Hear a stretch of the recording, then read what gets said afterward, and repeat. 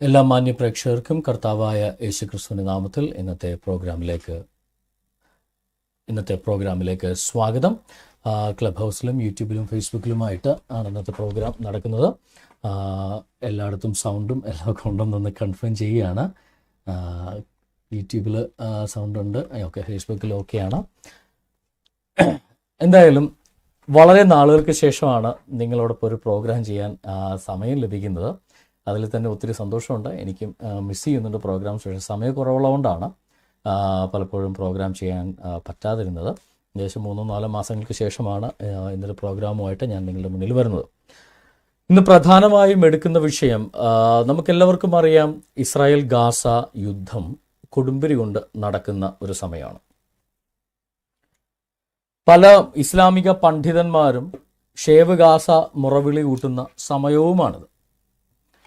ഗാസയിലെ ഭീകരർ, ഹമാസ് ഭീകരർ ഇസ്രായേലിൽ കയറിച്ചെന്ന് ഗാസ അതിർത്തി കടന്ന് നമ്മുടെ പാകിസ്ഥാനികൾ ഇന്ത്യയിലേക്ക് നുഴഞ്ഞു കയറി ഭീകരാക്രമണങ്ങൾ നടത്തുന്നത് പോലെ ഗാസയുടെ അതിർത്തി കടന്ന് ഇസ്രായേലിലേക്ക് പ്രവേശിച്ച് ഇസ്രായേലിൽ ഉറങ്ങിക്കിടന്നിരുന്ന നിരപരാധികളായ സ്ത്രീകളെയും കുട്ടികളെയും അടക്കം ഓവനിൽ വെച്ച് ബേക്ക് ചെയ്യടക്കം ബലാത്സംഗങ്ങൾ മുതൽ കൂട്ടക്കുരുതി വരെ മരിച്ച ശവത്തെ വലിച്ചു കൊണ്ടുപോകുന്ന തരത്തിൽ 80-90 വയസ്സുള്ള പ്രായമായ വൃദ്ധ സ്ത്രീകളെയും പുരുഷന്മാരെയും വരെ ബൈക്കിലും പെട്ടിവണ്ടിയുടെ പുറകിലുമൊക്കെ ഇട്ടുകൊണ്ട് മുഹമ്മദ് പണ്ട് ഗനീമത്തുമായി യാത്ര ചെയ്യുന്ന അവരുടെ പ്രവാചകചര്യ പിന്തുടരുന്നത് ഒക്ടോബർ 7-ാം തീയതി നമ്മളെല്ലാവരും കണ്ടു.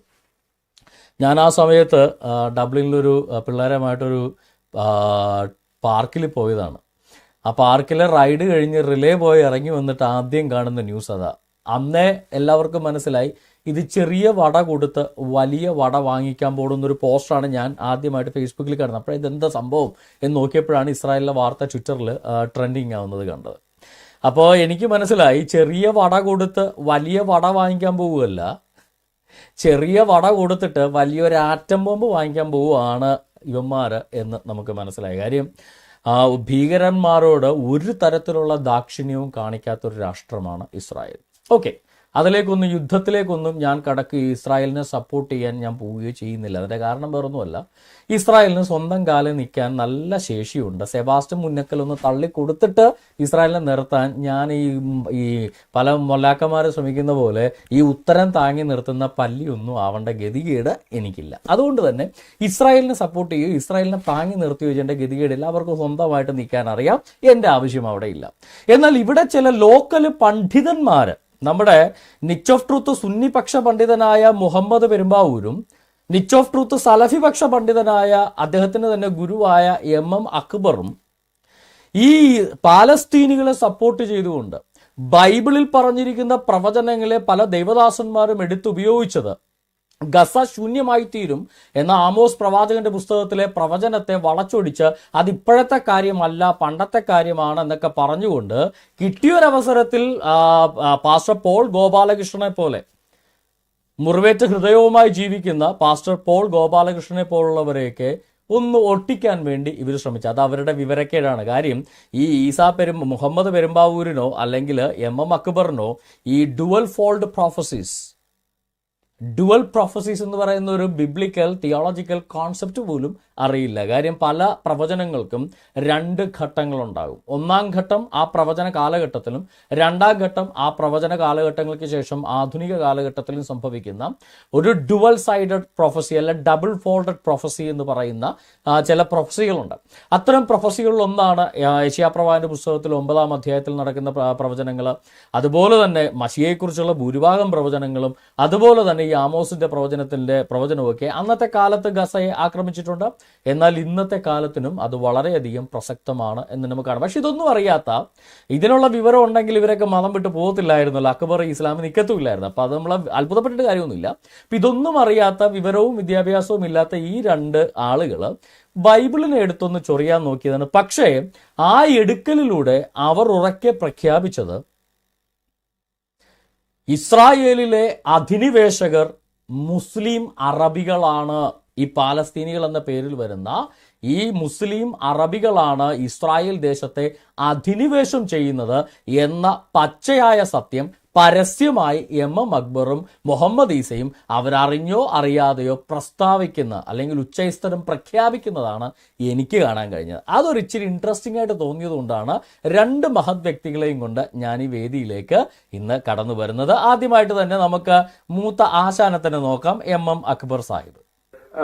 ബൈബിളിൽ പറഞ്ഞിട്ടുണ്ട് ഇങ്ങനെ ഗസ കത്തും, അവിടുത്തെ മനുഷ്യന്മാരെല്ലാം ഒഴിഞ്ഞു പോകും എന്നെല്ലാം ബൈബിളിലുണ്ട്.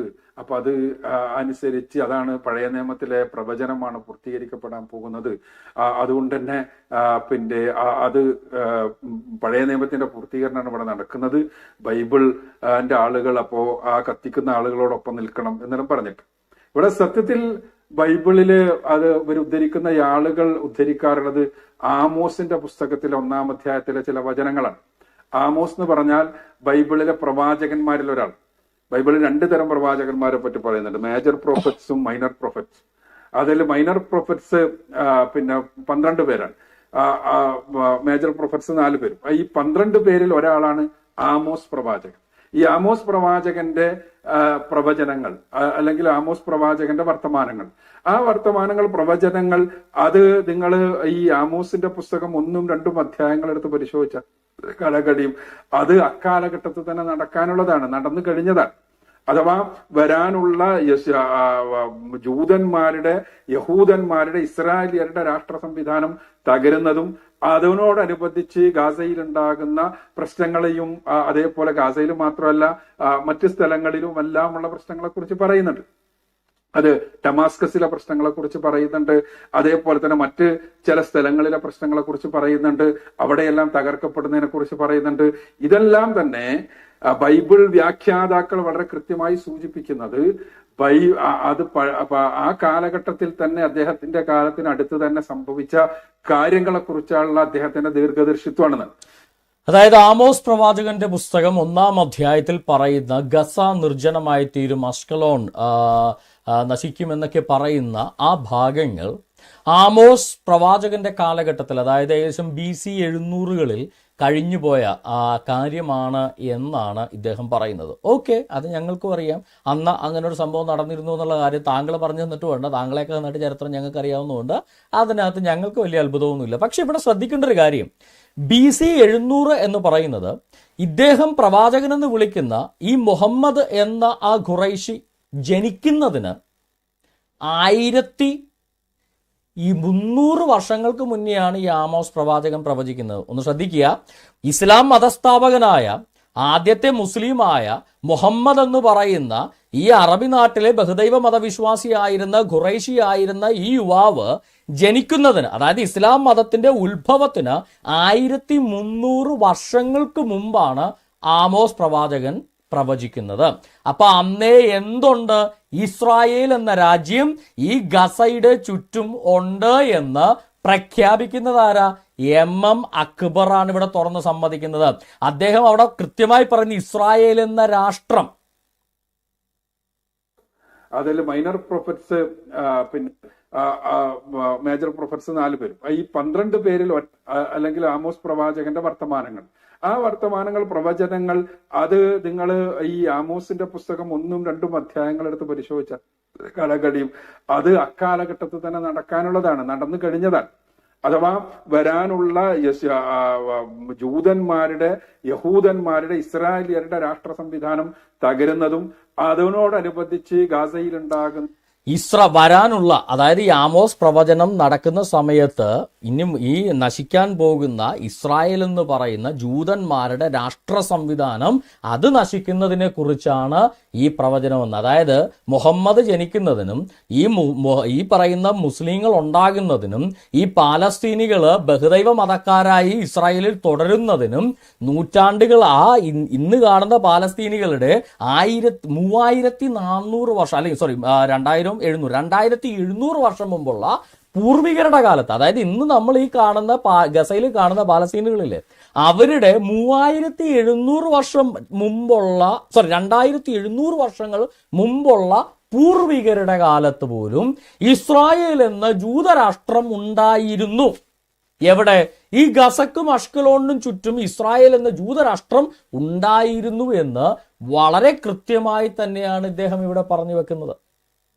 അപ്പോൾ അവിടെ അധിനിവേശം നടത്തുന്നത് ആരാ? പാലസ്തീനികളല്ലേ. ഈ മുഹമ്മദ് എന്ന് പറയുന്ന അറബി യുവാവ് ജനിക്കുന്നത് AD 570കളിലാണ്. AD 500കളുടെ അവസാനമാണ് മുഹമ്മദ് എന്ന് പറയുന്ന ഒരു ബഹുദൈവ മതവിശ്വാസിയായ ആമിനയുടെ മകനായിട്ട്, അറബി ബഹുദൈവ മതവിശ്വാസിയായിട്ട് മുഹമ്മദ് എന്ന് പറയുന്ന ഒരു കുഞ്ഞ് ജനിക്കുന്നത് AD 570കളിലാണ്. അങ്ങനെ ജനിച്ച മുഹമ്മദിന്, ആ മുഹമ്മദിന്റെ കാലത്ത് പാലസ്തീനികളുണ്ട്. ആ മുഹമ്മദിന്റെ 1400 വർഷങ്ങൾക്ക് മുന്നേ പോയാൽ പോലും, അതായത് മുഹമ്മദ് ജനിക്കുന്നതിന് മുഹമ്മദിന്റെ 1400 വർഷങ്ങൾക്ക് പുറകിലുള്ള പൂർവികന്റെ കാലത്ത് പോലും ഇസ്രായേൽ എന്ന രാഷ്ട്രമുണ്ടായിരുന്ന ആ ഇസ്രായേലിയരെയാണ് അധിനിവേശകരെന്ന് വിളിച്ച് ഈ MM അക്ബറിനെ പോലുള്ളവന്മാർ തന്നെ നുണ പറഞ്ഞുകൊണ്ട് നിൽക്കുന്നത് എന്ന് നമുക്ക് മനസ്സിലാക്കാൻ സാധിക്കും. ഇനി അദ്ദേഹത്തിന്റെ ശിഷ്യൻ പ്രമുഖ സുന്നി നിച്ച് ഓഫ് ട്രൂത്ത് സംവാദകനായ മുഹമ്മദ് പെരുമ്പാവൂരിന്റെ വാക്കുകളിലേക്ക് കിടക്കുക. എന്റെ കയ്യിൽ ഇരിക്കുന്നത് സെൻട്രൽ റഫറൻസ് സത്യവേദ പുസ്തകമാണ്. നമ്മുടെ ബൈബിൾ സൊസൈറ്റി ഓഫ് ഇന്ത്യ പ്രസിദ്ധീകരിക്കുന്ന ബൈബിള്. ആ പുസ്തകത്തിൽ ഈ ആമോസ് എന്ന് പറയുന്ന ഈ പുസ്തകത്തിന്റെ ഒരു മുഖവുര കൊടുത്തിട്ടുണ്ട്. യഹൂദയിൽ നിന്ന്. ഹലോ, ഒരു സെക്കൻഡ്. ഈ മുഖവുര ആ മനുഷ്യർ എഴുതി ഇവിടെ ഈ Bible society of India Bangalore ഇരുന്ന് എഴുതി ഉണ്ടാക്കുന്നതാണ് മുഖവുര. ഓക്കെ, ബൈബിൾ സൊസൈറ്റി ഓഫ് ഇന്ത്യയുടെ ഹെഡ്ക്വാർട്ടേഴ്സ്. അത് ബൈബിൾ അല്ല. ഓക്കെ, അത് മനസ്സിലാക്കാനുള്ള കോമൺ സെൻസ് ഈ പറയുന്ന മുഹമ്മദ് പെരുമ്പാവൂരിനുണ്ടെന്ന് ഞങ്ങൾ വിശ്വസിക്കുന്നു. ആണ് വരുന്നതെങ്കിലും തന്റെ സന്ദേശം ഇസ്രയേലിലെ വടക്കേ രാജ്യത്തിലുള്ള ആളുകളോടായിരുന്നു. BC 8ാം നൂറ്റാണ്ടിന്റെ മധ്യകാലഘട്ടമാണ് ആമോസിന്റെ ശുശ്രൂഷ കാലയളവ്. അപ്പൊ ഇവിടെ നമ്മൾ മനസ്സിലാക്കുന്ന ഒരു കാര്യം എന്താ? നമുക്കറിയാം, സുലൈമാൻ അലൈഹി ഇസ്ലാം അല്ലെങ്കിൽ ദാവൂദ് അലൈഹി ഇസ്ലാമിന്റെ മകനായ ദാവീദിന്റെ മകനായ ശലോമോൻ. നാക്ക് ഒഴിച്ചിട്ട് അതുപോലെ പറ, ദാവീദിന്റെ മകൻ ശലോമോൻ. ചേടാ, ഇദ്ദേഹം മലയാളി. ഈ മലയാളി അറബി പേര് പറഞ്ഞ അറബി ഭാഷയിൽ ദാവീദ് എബ്രായനായിരുന്നു, ഹീബ്രു ഭാഷക്കാരനാണ്. ആ ദാവീദിന്റെ പേര് അറബി ഭാഷയിൽ അവര് തെറ്റായിട്ടോ അല്ലെങ്കിൽ അവരുടെ ഭാഷാപരമായി ഉച്ചരിക്കുന്നത് ഈ മലയാളിയായ ഈ മുഹമ്മദ് പെരുമ്പാവൂർ എന്തിനാണാവോ ദാവൂദ് എന്ന് പറയുന്നത്? ഇങ്ങനെ എന്താ പറയുക, ചോട്ടാ ഷക്കീലിന്റെ ശിഷ്യം വല്ലോണോ ദാവൂദ് ഇബ്രാഹിമിനെ പറയാൻ? അപ്പൊ ഈ ദാവൂദ് എന്ന് പറയുന്നത് അറബികൾ തെറ്റായിട്ടോ അല്ലെങ്കിൽ നമ്മൾ മലയാളികൾ ഓഫീസിനെ ആപ്പീസ് എന്നും ആശുപത്രിയെ ഹോസ്പിറ്റലിനെ ആസ്പത്രി എന്നൊക്കെ പറയാറില്ലേ, അതുപോലെ അറബികൾ തെറ്റായിട്ട് ഉച്ചരിക്കുന്നതാണ് ദാവൂദ് എന്ന്. ദാവീദ് എന്നാണ് ദാവീദിന്റെ അപ്പനും അമ്മയും ദാവീദിനിട്ട പേര്. അത് ഹീബ്രു ഭാഷയിലാണ്. ദാവീദിന്റെ അപ്പനും ഹീബ്രു ആണ്, ദാവീദും ഹീബ്രു ആണ്, ദാവീദിന്റെ മകൻ ശലമോനും ഹീബ്രു ആണ്. അവരുടെ പേര് ദാവീദെന്നും ശലമോനെന്നുമാണ്. അപ്പൊ ഇദ്ദേഹം അറബിക്ക് ജനിച്ച അറബിയൊന്നും അല്ലല്ലോ, അറബിക്കുഞ്ഞൊന്നും അല്ലല്ലോ മുഹമ്മദ് ഈസാ പെരുമ്പാവൂര്. നല്ല ഒന്നാന്തരം മലയാളി യോഹന്നാനി ജനിച്ച ലാസർ യോഹന്നാനല്ലേ. അപ്പൊ അതുകൊണ്ട് മലയാളത്തിൽ അല്ലെങ്കിൽ ഹീബ്രുവിൽ പറയുക. മകനായ രഹബയാമിന്റെ കാലഘട്ടത്തില് അന്ന് ആ ഇസ്രയേലിൽ താമസിച്ചിരുന്ന ആ പ്രദേശം 2 കിങ്ഡമായിട്ട് മാറുന്നു. ഒന്ന് ഇസ്രയേലായിട്ടും ഒന്ന് യഹൂദയായിട്ടും മാറുന്നു. അതിൽ ഈ യഹൂദ എന്ന് ഏത് കാലഘട്ടത്തിലാ? BC 800 എന്നാണ് ഇദ്ദേഹം പറയുന്നത്. അതായത് BC 8ാം നൂറ്റാണ്ട്, അതായത് BC 700കളില്. ആരുടെ കാലഘട്ടത്തില്? അപ്പൊ മുഹമ്മദ് ജനിച്ചിട്ട് 1300ഓളം വർഷങ്ങൾക്ക് മുന്നേ. മുഹമ്മദ് ജനിച്ചിട്ട് 1300 വർഷങ്ങൾക്ക് മുന്നേ മുഹമ്മദ് ജനിക്കുന്നതിന് എന്തുണ്ടായിരുന്നു? ഇസ്രായേൽ എന്ന രാജ്യമുണ്ടായിരുന്നു. അത് 2ആയിട്ട് പിരിഞ്ഞ് 10 ഗോത്രങ്ങളെ ഇസ്രായേലെന്നും വടക്കേ രാഷ്ട്രം അഥവാ ഇസ്രായേലെന്നും 2 ഗോത്രങ്ങളും പ്ലസ് ലേവി ഗോത്രവും കൂടെ തെക്കേ രാഷ്ട്രം അഥവാ യഹൂദ്യ എന്നും പറഞ്ഞുകൊണ്ട് 2 രാഷ്ട്രങ്ങളായിട്ട് പിരിഞ്ഞു. അപ്പോ മുഹമ്മദ് ജനിക്കുന്നതിന് 1300 വർഷങ്ങൾക്ക് മുന്നേ ഉള്ളതാണ് ഇസ്രായേൽ എന്ന രാഷ്ട്രം എന്ന് മനസ്സിലാക്കാൻ ഇവന്മാർക്ക് അറിയാം. അപ്പൊ വിവരക്കേട് കൊണ്ടല്ല, മനഃപൂർവ്വം നുണ പറയാൻ വേണ്ടിയാണ് ഇവർ ജനിച്ചതും ജീവിക്കുന്നതും തന്നെ. പ്രദേശത്ത് ജീവിച്ച ഒരു ആട്ടിടയനായിട്ടുള്ള ഒരു ഇടയനായ മനുഷ്യനാണ് ഈ ആമോസ് എന്ന് പറയുന്ന വ്യക്തി. അദ്ദേഹത്തെ ദൈവം തെരഞ്ഞെടുത്തുകൊണ്ട് അദ്ദേഹത്തിന്റെ നാട്ടിലല്ല, ഈ പറയപ്പെടുന്ന വടക്കുള്ള ഈ ഇസ്രയേലിൽ പോയിട്ട് പ്രവചിക്കാനാണ് പറയുന്നത്. അങ്ങനെ അദ്ദേഹം നടത്തുന്ന പ്രവചനത്തിലെ 6-7 വാക്യങ്ങളിലാണ് ഈ പറയപ്പെടുന്ന ഇവരുടെ ചർച്ച നിൽക്കുന്നത്. ഇനി നമുക്ക് ഈ പ്രസ്തുത വാക്യത്തിലേക്ക് വരാം. അത് ഈ ആമോസ് പ്രവാചകന്റെ പുസ്തകത്തിലെ 1-ാം അധ്യായത്തിന്റെ 3 മുതൽ നമുക്ക് വായിച്ചു തുടങ്ങാം. ഇവർ ഈ 6ഉം 7ഉം മാത്രമാണ് കാണിച്ചത്. നമുക്ക് ആ 3 മുതൽ ഇങ്ങോട്ട് വായിച്ചു 3 മുതൽ വായിച്ചോളൂ. അവിടെ ആ 3 മുതൽ ഇവിടെ ഞാൻ ഡിസ്പ്ലേ ചെയ്യുന്നുണ്ട്, നിങ്ങൾക്ക് വായിക്കാം. അതിലെ 3 മുതൽ ദമ്മശേഖിനെ കുറിച്ച് പറയുന്നുണ്ട്, ഹസായൽ ഗൃഹത്തിൽ തീ അയക്കുന്നതിനെ കുറിച്ച് പറയുന്നുണ്ട്, അതിനുശേഷം ഗസയുടെ അതിക്രമം നിമിത്തം. ഇപ്പോൾ ഇവിടെ ടേക്ക് ഹോം പോയിന്റ് ഇത്രയേ ഉള്ളൂ. മുഹമ്മദ് ഈസ പെരുമ്പാവൂരിന് വളരെ വ്യക്തമായിട്ട് അറിയാം ആമോസ് പ്രവാചകന്റെ കാലഘട്ടം അഥവാ മുഹമ്മദിന്റെ വല്യുപ്പാപ്പ ജനിക്കുന്നതിന് 1300 വർഷങ്ങൾക്ക് മുന്നേ പോലും ഇസ്രായേൽ എന്ന് പറയുന്ന രാഷ്ട്രം, ഇന്ന് ഇവരും വ്യാജമായിട്ട് പലസ്തീൻ എന്ന് പറയുന്ന ആ സ്ഥലത്ത് ഇസ്രായേൽ എന്ന് പറയുന്ന രാഷ്ട്രം ഉണ്ടായിരുന്നു എന്ന് ഇവര് തന്നെ തുറന്ന് സമ്മതിക്കുകയാണ്. ഇനി മുന്നോട്ട് പോയി കഴിഞ്ഞാൽ അദ്ദേഹത്തിന്റെ ഒരു ക്ലിപ്പ് കൂടെ അതാണ് കാണിച്ചു. ഞാൻ വായിക്കുന്നത്. അതിന്റെ 1019 പേജ്, അത് ഈ ആമോസ് പ്രവചനവുമായി ബന്ധപ്പെട്ടിട്ടുള്ളതാണ്. ഇതില് ആമോസ് പ്രവാചകന്റെ കാലഘട്ടം BC 760. അതേപോലെ ഞാൻ പറഞ്ഞതുപോലെ അദ്ദേഹം യഹൂദിയക്കാരനായിരുന്നു. അദ്ദേഹം ഈ വടക്കേ ഇസ്രായേൽ രാജ്യത്ത് പോയിട്ട് അദ്ദേഹം ഈ പ്രവചനം നടത്തി എന്നൊക്കെ പറഞ്ഞതിന് ശേഷം ഈ പറയപ്പെടുന്ന ദമസ്കസുമായി ബന്ധപ്പെട്ട ഭാഗത്ത് ഇങ്ങനെയാണുള്ളത്. അരാമിന്റെ മുഖ്യ നഗര രാഷ്ട്രമായ ദമസ്കസിന് വിരോധമായിട്ടുള്ളതാണ് ആദ്യത്തെ ഭീഷണി. അപ്പോൾ അരാമിന്റെ മുഖ്യ നഗരമായിട്ടൊന്ന് ദമസ്കസ് ഉണ്ട്. യോർദാന് കിഴക്കുള്ള 2.5 ഗോത്രങ്ങളോട്, അതാണ് ഈ ഗിലെയാദ്, അരാമിയർ യുദ്ധം ചെയ്തു. യോർദാന് കിഴക്കുള്ള 2.5 ഗോത്രങ്ങൾ ഗിലെയാദല്ല, ഗിലെയാദ് എന്നുള്ള യോർദാന് കിഴക്കുള്ള സ്ഥലത്തിന്റെ പേരാ. ചെയ്യാൻ പോകുന്ന കാര്യങ്ങളോ 2000 വർഷങ്ങൾക്ക് ശേഷം നടക്കുന്ന കാര്യങ്ങളോ അല്ല, ഓൾറെഡി യുദ്ധം ചെയ്തു. പ്രകടമായ നിലയിൽ അവർ അങ്ങേയറ്റം ക്രൂരമായും മൃഗീയവുമായാണ് അവരോട് ഇടപെട്ടത്. അരാമ്യരെ കീറിലേക്ക് ബദ്ധന്മാരായി കൊണ്ടുപോകും എന്നതാണ് അവർക്കുള്ള ശിക്ഷ. അപ്പൊ നമുക്ക് എന്ത് മനസ്സിലായി? ഇവിടെ ഈ ദമസ്കസുകാര് ഓൾറെഡി ഈ പറയപ്പെടുന്ന ഗിലെയാദുമായും ഈ 2.5 ഗോത്രങ്ങളോട് എന്ത് ചെയ്തിട്ടുണ്ട്? യുദ്ധം ചെയ്തിട്ടുണ്ട്. അവരോട് ക്രൂരമായി ഇടപെട്ട് കഴിഞ്ഞിട്ടുണ്ട്. ഏത് കാലഘട്ടത്തിൽ? 2700 വർഷങ്ങൾക്ക് മുമ്പ് ഇടപെട്ടതിന് അതിന് വർഷങ്ങൾക്ക് ശേഷം ഓക്കെ, അതിന്റെ താഴെ മുഹമ്മദ് ഈസ വായിക്കാതെ വിടുന്ന ഒരു കാര്യം ഗസയെ കുറിച്ചുള്ള പ്രവചനമാണ്. അത് അവിടെ തന്നെ ഡിസ്പ്ലേ ചെയ്യുന്നുണ്ട്. മുഹമ്മദ് ഈസ ഡിസ്പ്ലേ ചെയ്ത് ഞാൻ വായിച്ച് കേൾപ്പിക്കാം ക്ലബ് വേണ്ടി. അടുത്തത് ഗസയ്ക്ക് നേരെയുള്ളതാണ്. ഫെലിസ്തീർ ഇസ്രായേലി ബദ്ധന്മാരെ ക്രൂരന്മാരായ ഏദോമിയർക്ക് കൈമാറിയത് അവിടെ വെച്ചാണ്. അതായത് ഇസ്രായേലിൽ ഇപ്പോ ഹമാസ് വന്ന് ഇസ്രായേലിലെ സാധാരണക്കാരെ പിടിച്ചോണ്ട് പോയില്ലേ മുഹമ്മദ് ചെയ്തതിന്റെ ഇതുപോലെ. അത് മുഹമ്മദ് തുടങ്ങി വെച്ചതല്ല.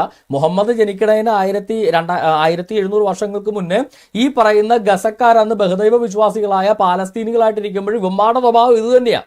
അപ്പൊ ആശാനെയൊക്കെ വലിയ ശിഷ്യന്മാരാണ് ഈ ഹമാസുകാർ. മുഹമ്മദിനെ പണി പഠിപ്പിച്ചവരാണ് ഹമാസുകാരെന്ന് പറയേണ്ടി വരും. കാര്യം ഈ ഹമാസൊക്കെ മുസ്ലിം ആകുന്നതിന് മുന്നേ ഹമാസിന്റെ വല്യുപ്പാപ്പ ഈ മുഹമ്മദ് ജനിക്കണതിന് 1300 വർഷങ്ങൾക്ക് മുന്നേ ഹമാസിന്റെ വല്യുപ്പാപ്പമാര് ഇസ്രായേലിയരെ ബദ്ധന്മാരെ പിടിച്ചുകൊണ്ടുപോയിട്ട്, അതായത് ബന്ദികളാക്കി കൊണ്ടുപോയിട്ട് ക്രൂരന്മാരായി ഏദോമിയർക്ക് വിറ്റു.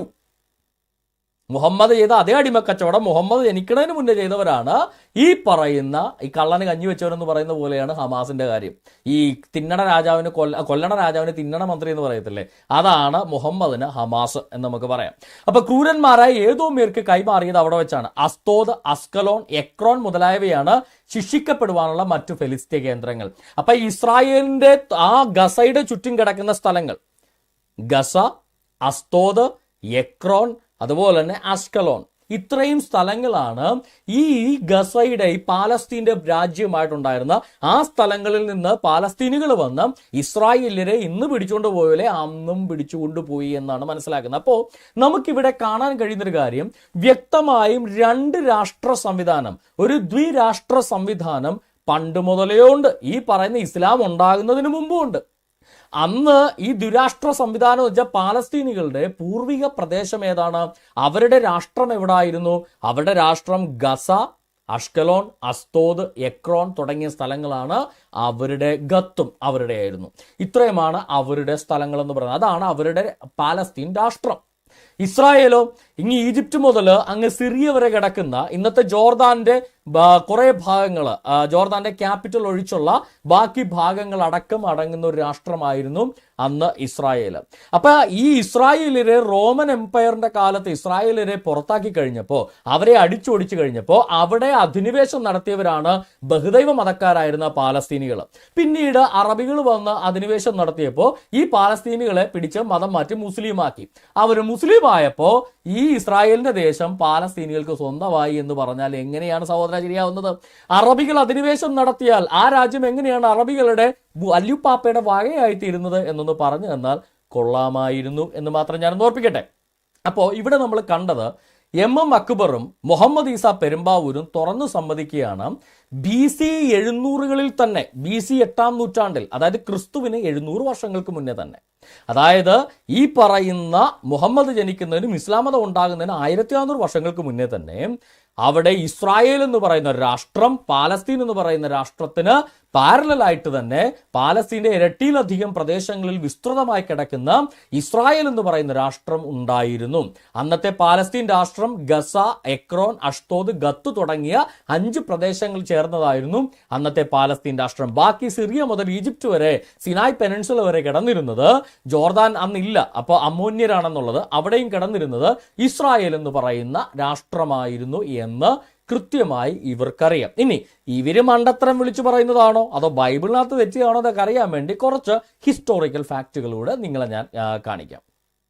ഇത് ടെൽ ഡാൻ ഇൻസ്ക്രിപ്ഷൻ എന്ന് പറയുന്ന ഒരു ഇൻസ്ക്രിപ്ഷനാണ് നിങ്ങളിവിടെ കാണുന്നത്.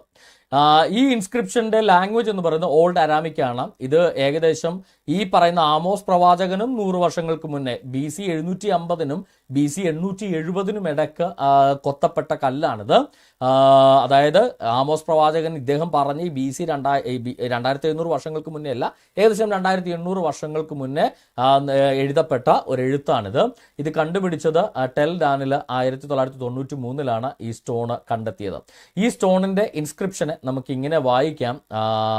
അവിടെ എഴുതിയിരിക്കുന്നത് king of Israel and killed Ahaziah son of Jehoram and the king house of David. ഇങ്ങനെ കുറച്ച് ഫ്രാഗ്മെന്റ്സുകളാണ് നമുക്ക് കിട്ടുന്നത്.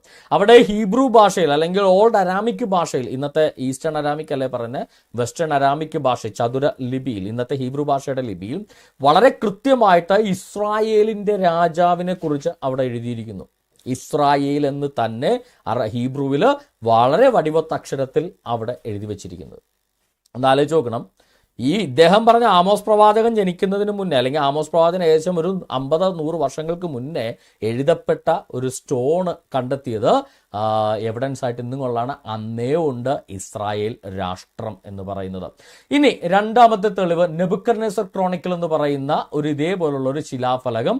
ഇത് നെബുക്കദ്നേസർ രാജാവ് ഏകദേശം AD 598 BC-യിൽ, അതായത് ക്രിസ്തുവിന് 600 വർഷങ്ങൾക്ക് മുന്നേ, മുഹമ്മദിന് 1300 വർഷങ്ങൾക്ക് മുന്നേ ഉണ്ടായിരുന്ന ഒരു ഫലകമാണ്. അത് ബാബിലോണിയൻ ക്രോണിക്കിൾസ് എന്ന് പറഞ്ഞ ബ്രിട്ടീഷ് മ്യൂസിയത്തിൽ നമ്പർ 24 WA 21946 ആയിട്ട് ബ്രിട്ടീഷ് മ്യൂസിയത്തിലുള്ള ആർട്ടിഫാക്റ്റ് ആണത്. അതിനകത്ത് എഴുതിയിരിക്കുന്നത് he had invaded the land of Hatti. ഹാത്തിക്ക് ഇന്നത്തെ ഭാഷയിൽ സിറിയ, പാലസ്തീൻ, അതിനാണ് ഹാത്തി എന്ന് പറയുന്നത്. അതുപോലെ തന്നെ he laid siege to the city of Judah. അന്ന് ജുദയ എന്നറിയപ്പെടുന്നത് ഈ ഇസ്രായേലിന്റെ തെക്കേ രാഷ്ട്രമാണ്.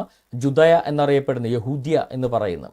അപ്പൊ ഈ യഹൂദ്യ എന്ന് പറയുന്ന പ്രദേശം ഈ രാഷ്ട്രമായിട്ട് തന്നെ അന്നേ നിലവിലുണ്ടായിരുന്നു. BC 600-കളിൽ നിലവിലുണ്ടായിരുന്നു എന്നുള്ളതിന്റെ രണ്ടാമത്തെ തെളിവ്. 3, ബാബിലോണിൽ നിന്ന്, ഇറാഖിൽ നിന്ന് ലഭിച്ച BC 580-ൽ എഴുതപ്പെട്ട ബെർലിനിലെ മ്യൂസിയത്തിൽ സൂക്ഷിച്ചിരിക്കുന്ന മറ്റൊരു സ്റ്റോൺ ആർട്ടിഫാക്റ്റ് ആണിത്. ഒരു ക്ലേ ടാബ്ലറ്റ് ആണ്. അതിനകത്ത് പറയുന്നത് അത് ഇതേപോലെ തന്നെ യഹോയാക്കീം ദ കിങ് ഓഫ് ജൂദ എന്ന് രേഖപ്പെടുത്തിയിരിക്കുന്നു. യഹൂദ്യ രാജാവായ യഹോയാക്കീം എന്ന് അതിനകത്ത് അക്കാഡിയൻ ക്യൂണിഫോം ലിപിയിൽ രേഖപ്പെടുത്തിയിരിക്കുന്ന എവിഡൻസ് ഇന്ന് മ്യൂസിയത്തിൽ ഇരിപ്പുണ്ട്. ഇനി ഇസ്രായേൽ എന്ന് രേഖപ്പെടുത്തിയിരിക്കുന്ന ഏറ്റവും പഴയ രേഖ ഇതൊന്നുമല്ല. BC 1200-ൽ, ഇന്നേക്ക് 3200 വർഷങ്ങൾക്ക് മുന്നേ ഇന്നത്തെ ഈജിപ്തിലെ കൈറോയിലെ ഈജിപ്ഷ്യൻ മ്യൂസിയത്തിൽ ഇരിക്കുന്ന മെർനെപ്ത സ്റ്റീൽ എന്നറിയപ്പെടുന്ന ഒരു ക്ലേ ടാബ്ലറ്റിലാണ്, ഒരു സ്റ്റോൺ ടാബ്ലറ്റിലാണ് ഇസ്രായേൽ എന്ന് രേഖപ്പെടുത്തിയിരിക്കുന്ന ഏറ്റവും പുരാതനമായ എഴുത്തെന്ന് പറയുന്നത്. അതായത് BC 1200 എന്ന് പറയുന്നത് മുഹമ്മദ് ജനിക്കുന്നതിന് 1800 വർഷങ്ങൾക്ക് മുന്നെയാണ്. മുഹമ്മദ് ജനിക്കുന്നതിന് 1800 വർഷങ്ങൾക്ക് മുന്നേ, ഇസ്ലാം ഉണ്ടാകുന്നതിന് 1800 വർഷങ്ങൾക്ക് മുന്നേ, ആദ്യമായിട്ടൊരു മുസ്ലിം അള്ളാഹു ഏകദൈവമാണെന്ന് പ്രഖ്യാപിച്ചതിന് 1800 വർഷങ്ങൾക്ക് മുന്നേ ഇസ്രായേൽ എന്ന് പറയുന്ന ഒരു രാഷ്ട്രമുണ്ട് എന്ന് ഇത്രയും രേഖകളിൽ നിന്ന് നമുക്ക് വളരെ കൃത്യമായിട്ട് മനസ്സിലാക്കാൻ സാധിക്കും. അതുപോലെ തന്നെ ജുദയ പ്രൊവിൻസിനെ കുറിച്ച് അന്ന് റോമൻ എംപയറിന്റെ കാലത്ത് ഈ ഏരിയ മുഴുവൻ, ഇന്ന് ഇസ്രായേൽ എന്ന് വിളിക്കുന്ന ഏരിയ മുഴുവൻ ജുദയ എന്നറിയപ്പെടുന്ന ഒരു പ്രൊവിൻസ് ആയിട്ടാണ്, റോമൻ പ്രൊവിൻസ് ആയിട്ടാണ് ഇതിരിക്കുന്നത്. അവരുടെ സ്റ്റീൽ ഇസ്രായേൽ മ്യൂസിയത്തിൽ സൂക്ഷിച്ചിരിക്കുന്ന ഇസ്രായേലിലെ സിസേറിയയിൽ നിന്ന് ലഭിച്ചിരിക്കുന്ന അവരുടെ ലാറ്റിൻ ഒരു ഇൻസ്ക്രിപ്ഷനകത്തും എഴുതിയിട്ടുണ്ട്, പൊന്തിയസ് പീലേറ്റ് പ്രിഫെക്ട് ഓഫ് ജുദയ എന്ന് പറഞ്ഞുകൊണ്ട് രേഖപ്പെടുത്തിയിട്ടുണ്ട്. അതായത് ജുദയയുടെ ഗവർണറായിരിക്കുന്ന, യഹൂദിയുടെ ഗവർണറായിരിക്കുന്ന പൊന്തിയസ് പീലാത്തോസ് എന്ന് രേഖപ്പെടുത്തിയിട്ടുണ്ട്. അപ്പോൾ റോമൻ എംപയറിന്റെ കാലത്ത് പേര് ആ എൻറ്റയർ റീജിയന് റോമൻ എംപയറിന്റെ കാലത്ത് ജുദയ എന്ന് പറയുന്ന ഒരു ഗവർണറേറ്റ് ആയിട്ട് ഒരു സംസ്ഥാനം പോലെ ആയിത്തീർന്നു. അതിനെ പിന്നീടാണ് പാലസ്തീൻ എന്ന് നാമകരണം ചെയ്യുന്നത്. അപ്പൊ ഈ പാലസ്തീൻ എന്നൊരു പേര് ആ എൻറ്റയർ റീജിയന് വീഴുന്നത് തന്നെ റോങ് ആണ്. പാലസ്തീൻ എന്ന് പറയുന്നത് ഗസ, അഷ്കലോൺ, ഗത്ത്, എക്രോൺ തുടങ്ങിയ പ്രദേശങ്ങൾ മാത്രമാണ് ഈ പാലസ്തീൻ എന്ന് പറയുന്നത്. അതിന് റോമൻ എംപയറിന്റെ അവസാന കാലത്താണ് ഈ പറയുന്ന പാലസ്തീൻ എന്നൊരു പേരായിട്ട് എൻറ്റയർ റീജിയൻ എന്ന അതിന്റെ ഒറിജിനൽ പേര് ഈ മുഹമ്മദ് ജനിക്കേണ്ട 1800 വർഷങ്ങൾക്ക് മുന്നേ പോലും അതിന്റെ പേര് ഇസ്രായേൽ എന്ന് തന്നെയായിരുന്നു എന്ന് നമുക്ക് മനസ്സിലാക്കാൻ സാധിക്കും. ഇനി ഇവര് പറഞ്ഞ ഈ മുഹമ്മദ് ഈസ പെരുമ്പാവൂരും ഈ എം അക്ബർ സാഹിബും മെൻഷൻ ചെയ്ത ആമോസിന്റെ കാലഘട്ടത്തിലെ ഇസ്രായേൽ എന്ന് പറയുന്ന രാഷ്ട്രമാണ് നമ്മൾ ഇവിടെ കാണുന്നത്. യൂണിഫൈഡ് രാഷ്ട്രം. ഇതിന്റെ പകുതി ജെറുസലേം ഭാഗം മുതൽ ഇങ്ങോട്ട് തെക്കേ രാഷ്ട്രവും ജെറുസലേമിന്റെ അവിടെ മുതൽ അങ്ങോട്ട് വടക്കേ രാഷ്ട്രവുമായിട്ടാണ് കണക്കാക്കപ്പെടുന്നത്. ഇതിന്റെ യൂണിഫൈഡ് കിങ്ഡം ഓഫ് ഇസ്രായേൽ, ദാവീദ് രാജാവിന്റെയും ശലമോൻ രാജാവിന്റെയും കാലഘട്ടത്തിലെ കിങ്ഡം ഓഫ് ഇസ്രായേലാണ് നിങ്ങളിവിടെ കാണുന്നത്. നിങ്ങളൊന്ന് ആലോചിച്ച് നോക്കുക. ഇത് ക്രിസ്തുവിന് 800 വർഷങ്ങൾക്ക് മുമ്പുള്ള ഇസ്രായേൽ രാഷ്ട്രവും പാലസ്തീൻ രാഷ്ട്രവുമാണ് ഇവിടെ കാണുന്നത്. ഇവിടെ പാലസ്തീൻ എന്ന് പറയുന്ന 5 പ്രദേശങ്ങൾ ഏതൊക്കെയാ? Gaza, Ashkelon, Ashdod, Gath and Gerar. ഈ 5 പ്രദേശങ്ങളാണ് അന്നത്തെ പാലസ്തീൻ രാഷ്ട്രം എന്ന് പറയുന്നത്. ഇതിനെക്കുറിച്ചാണ് ഈ ആമോസിന്റെ പ്രവചനത്തിൽ പറഞ്ഞിരിക്കുന്നതും ഇതിനെയാണ് നമ്മുടെ മുഹമ്മദ് ഈസ പെരുമ്പാവൂർ എം അക്ബറും കോട്ട് ചെയ്ത് സംസാരിച്ചിരിക്കുന്നതും. ഇതിന് ചുറ്റും കിടക്കുന്ന ഈ പാലസ്തീൻ രാഷ്ട്രത്തിന്റെ 10 or 20 ഇരട്ടി വലിപ്പമുള്ള രാഷ്ട്രമായിരുന്നു ഈ ഇസ്രായേൽ എന്ന് പറയുന്നത്. ഈ ഇസ്രായേൽ എന്ന് പറയുന്ന ഇന്നത്തെ രാഷ്ട്രം, ഇന്ന് ഇസ്രായേൽ എന്ന് പറയുന്ന യുണൈറ്റഡ് നേഷൻസ് അംഗീകരിച്ച ഇസ്രായേൽ എന്ന് പറയുന്ന രാഷ്ട്രവും ഈ മുഹമ്മദ് ജനിക്കുന്നതിന് 2000 വർഷങ്ങൾക്ക് മുമ്പുള്ള, ഇന്നേക്ക് 3700 വർഷങ്ങൾക്ക് മുമ്പുള്ള കിങ്ഡം ഓഫ് ഇസ്രായേലും തമ്മിൽ ഒരു താരതമ്യം ചെയ്താൽ നിങ്ങൾക്ക് മനസ്സിലാകും ആരാണ് ഈ ഭൂമിയിൽ അധിനിവേശം ചെയ്യുന്നതെന്ന്. ഇവിടെ നമുക്കിവിടെ കാണാൻ സാധിക്കും. മാപ്പ് എടുത്താൽ നിങ്ങൾക്ക് കാണാൻ പറ്റുന്നൊരു കാര്യമുണ്ട്. ഇവിടെ ഞാനിതൊന്ന് മാപ്പ് ഒന്ന് നിങ്ങൾക്കൊന്ന് എടുക്കാൻ പറ്റുന്ന രീതിയിലൊന്ന്.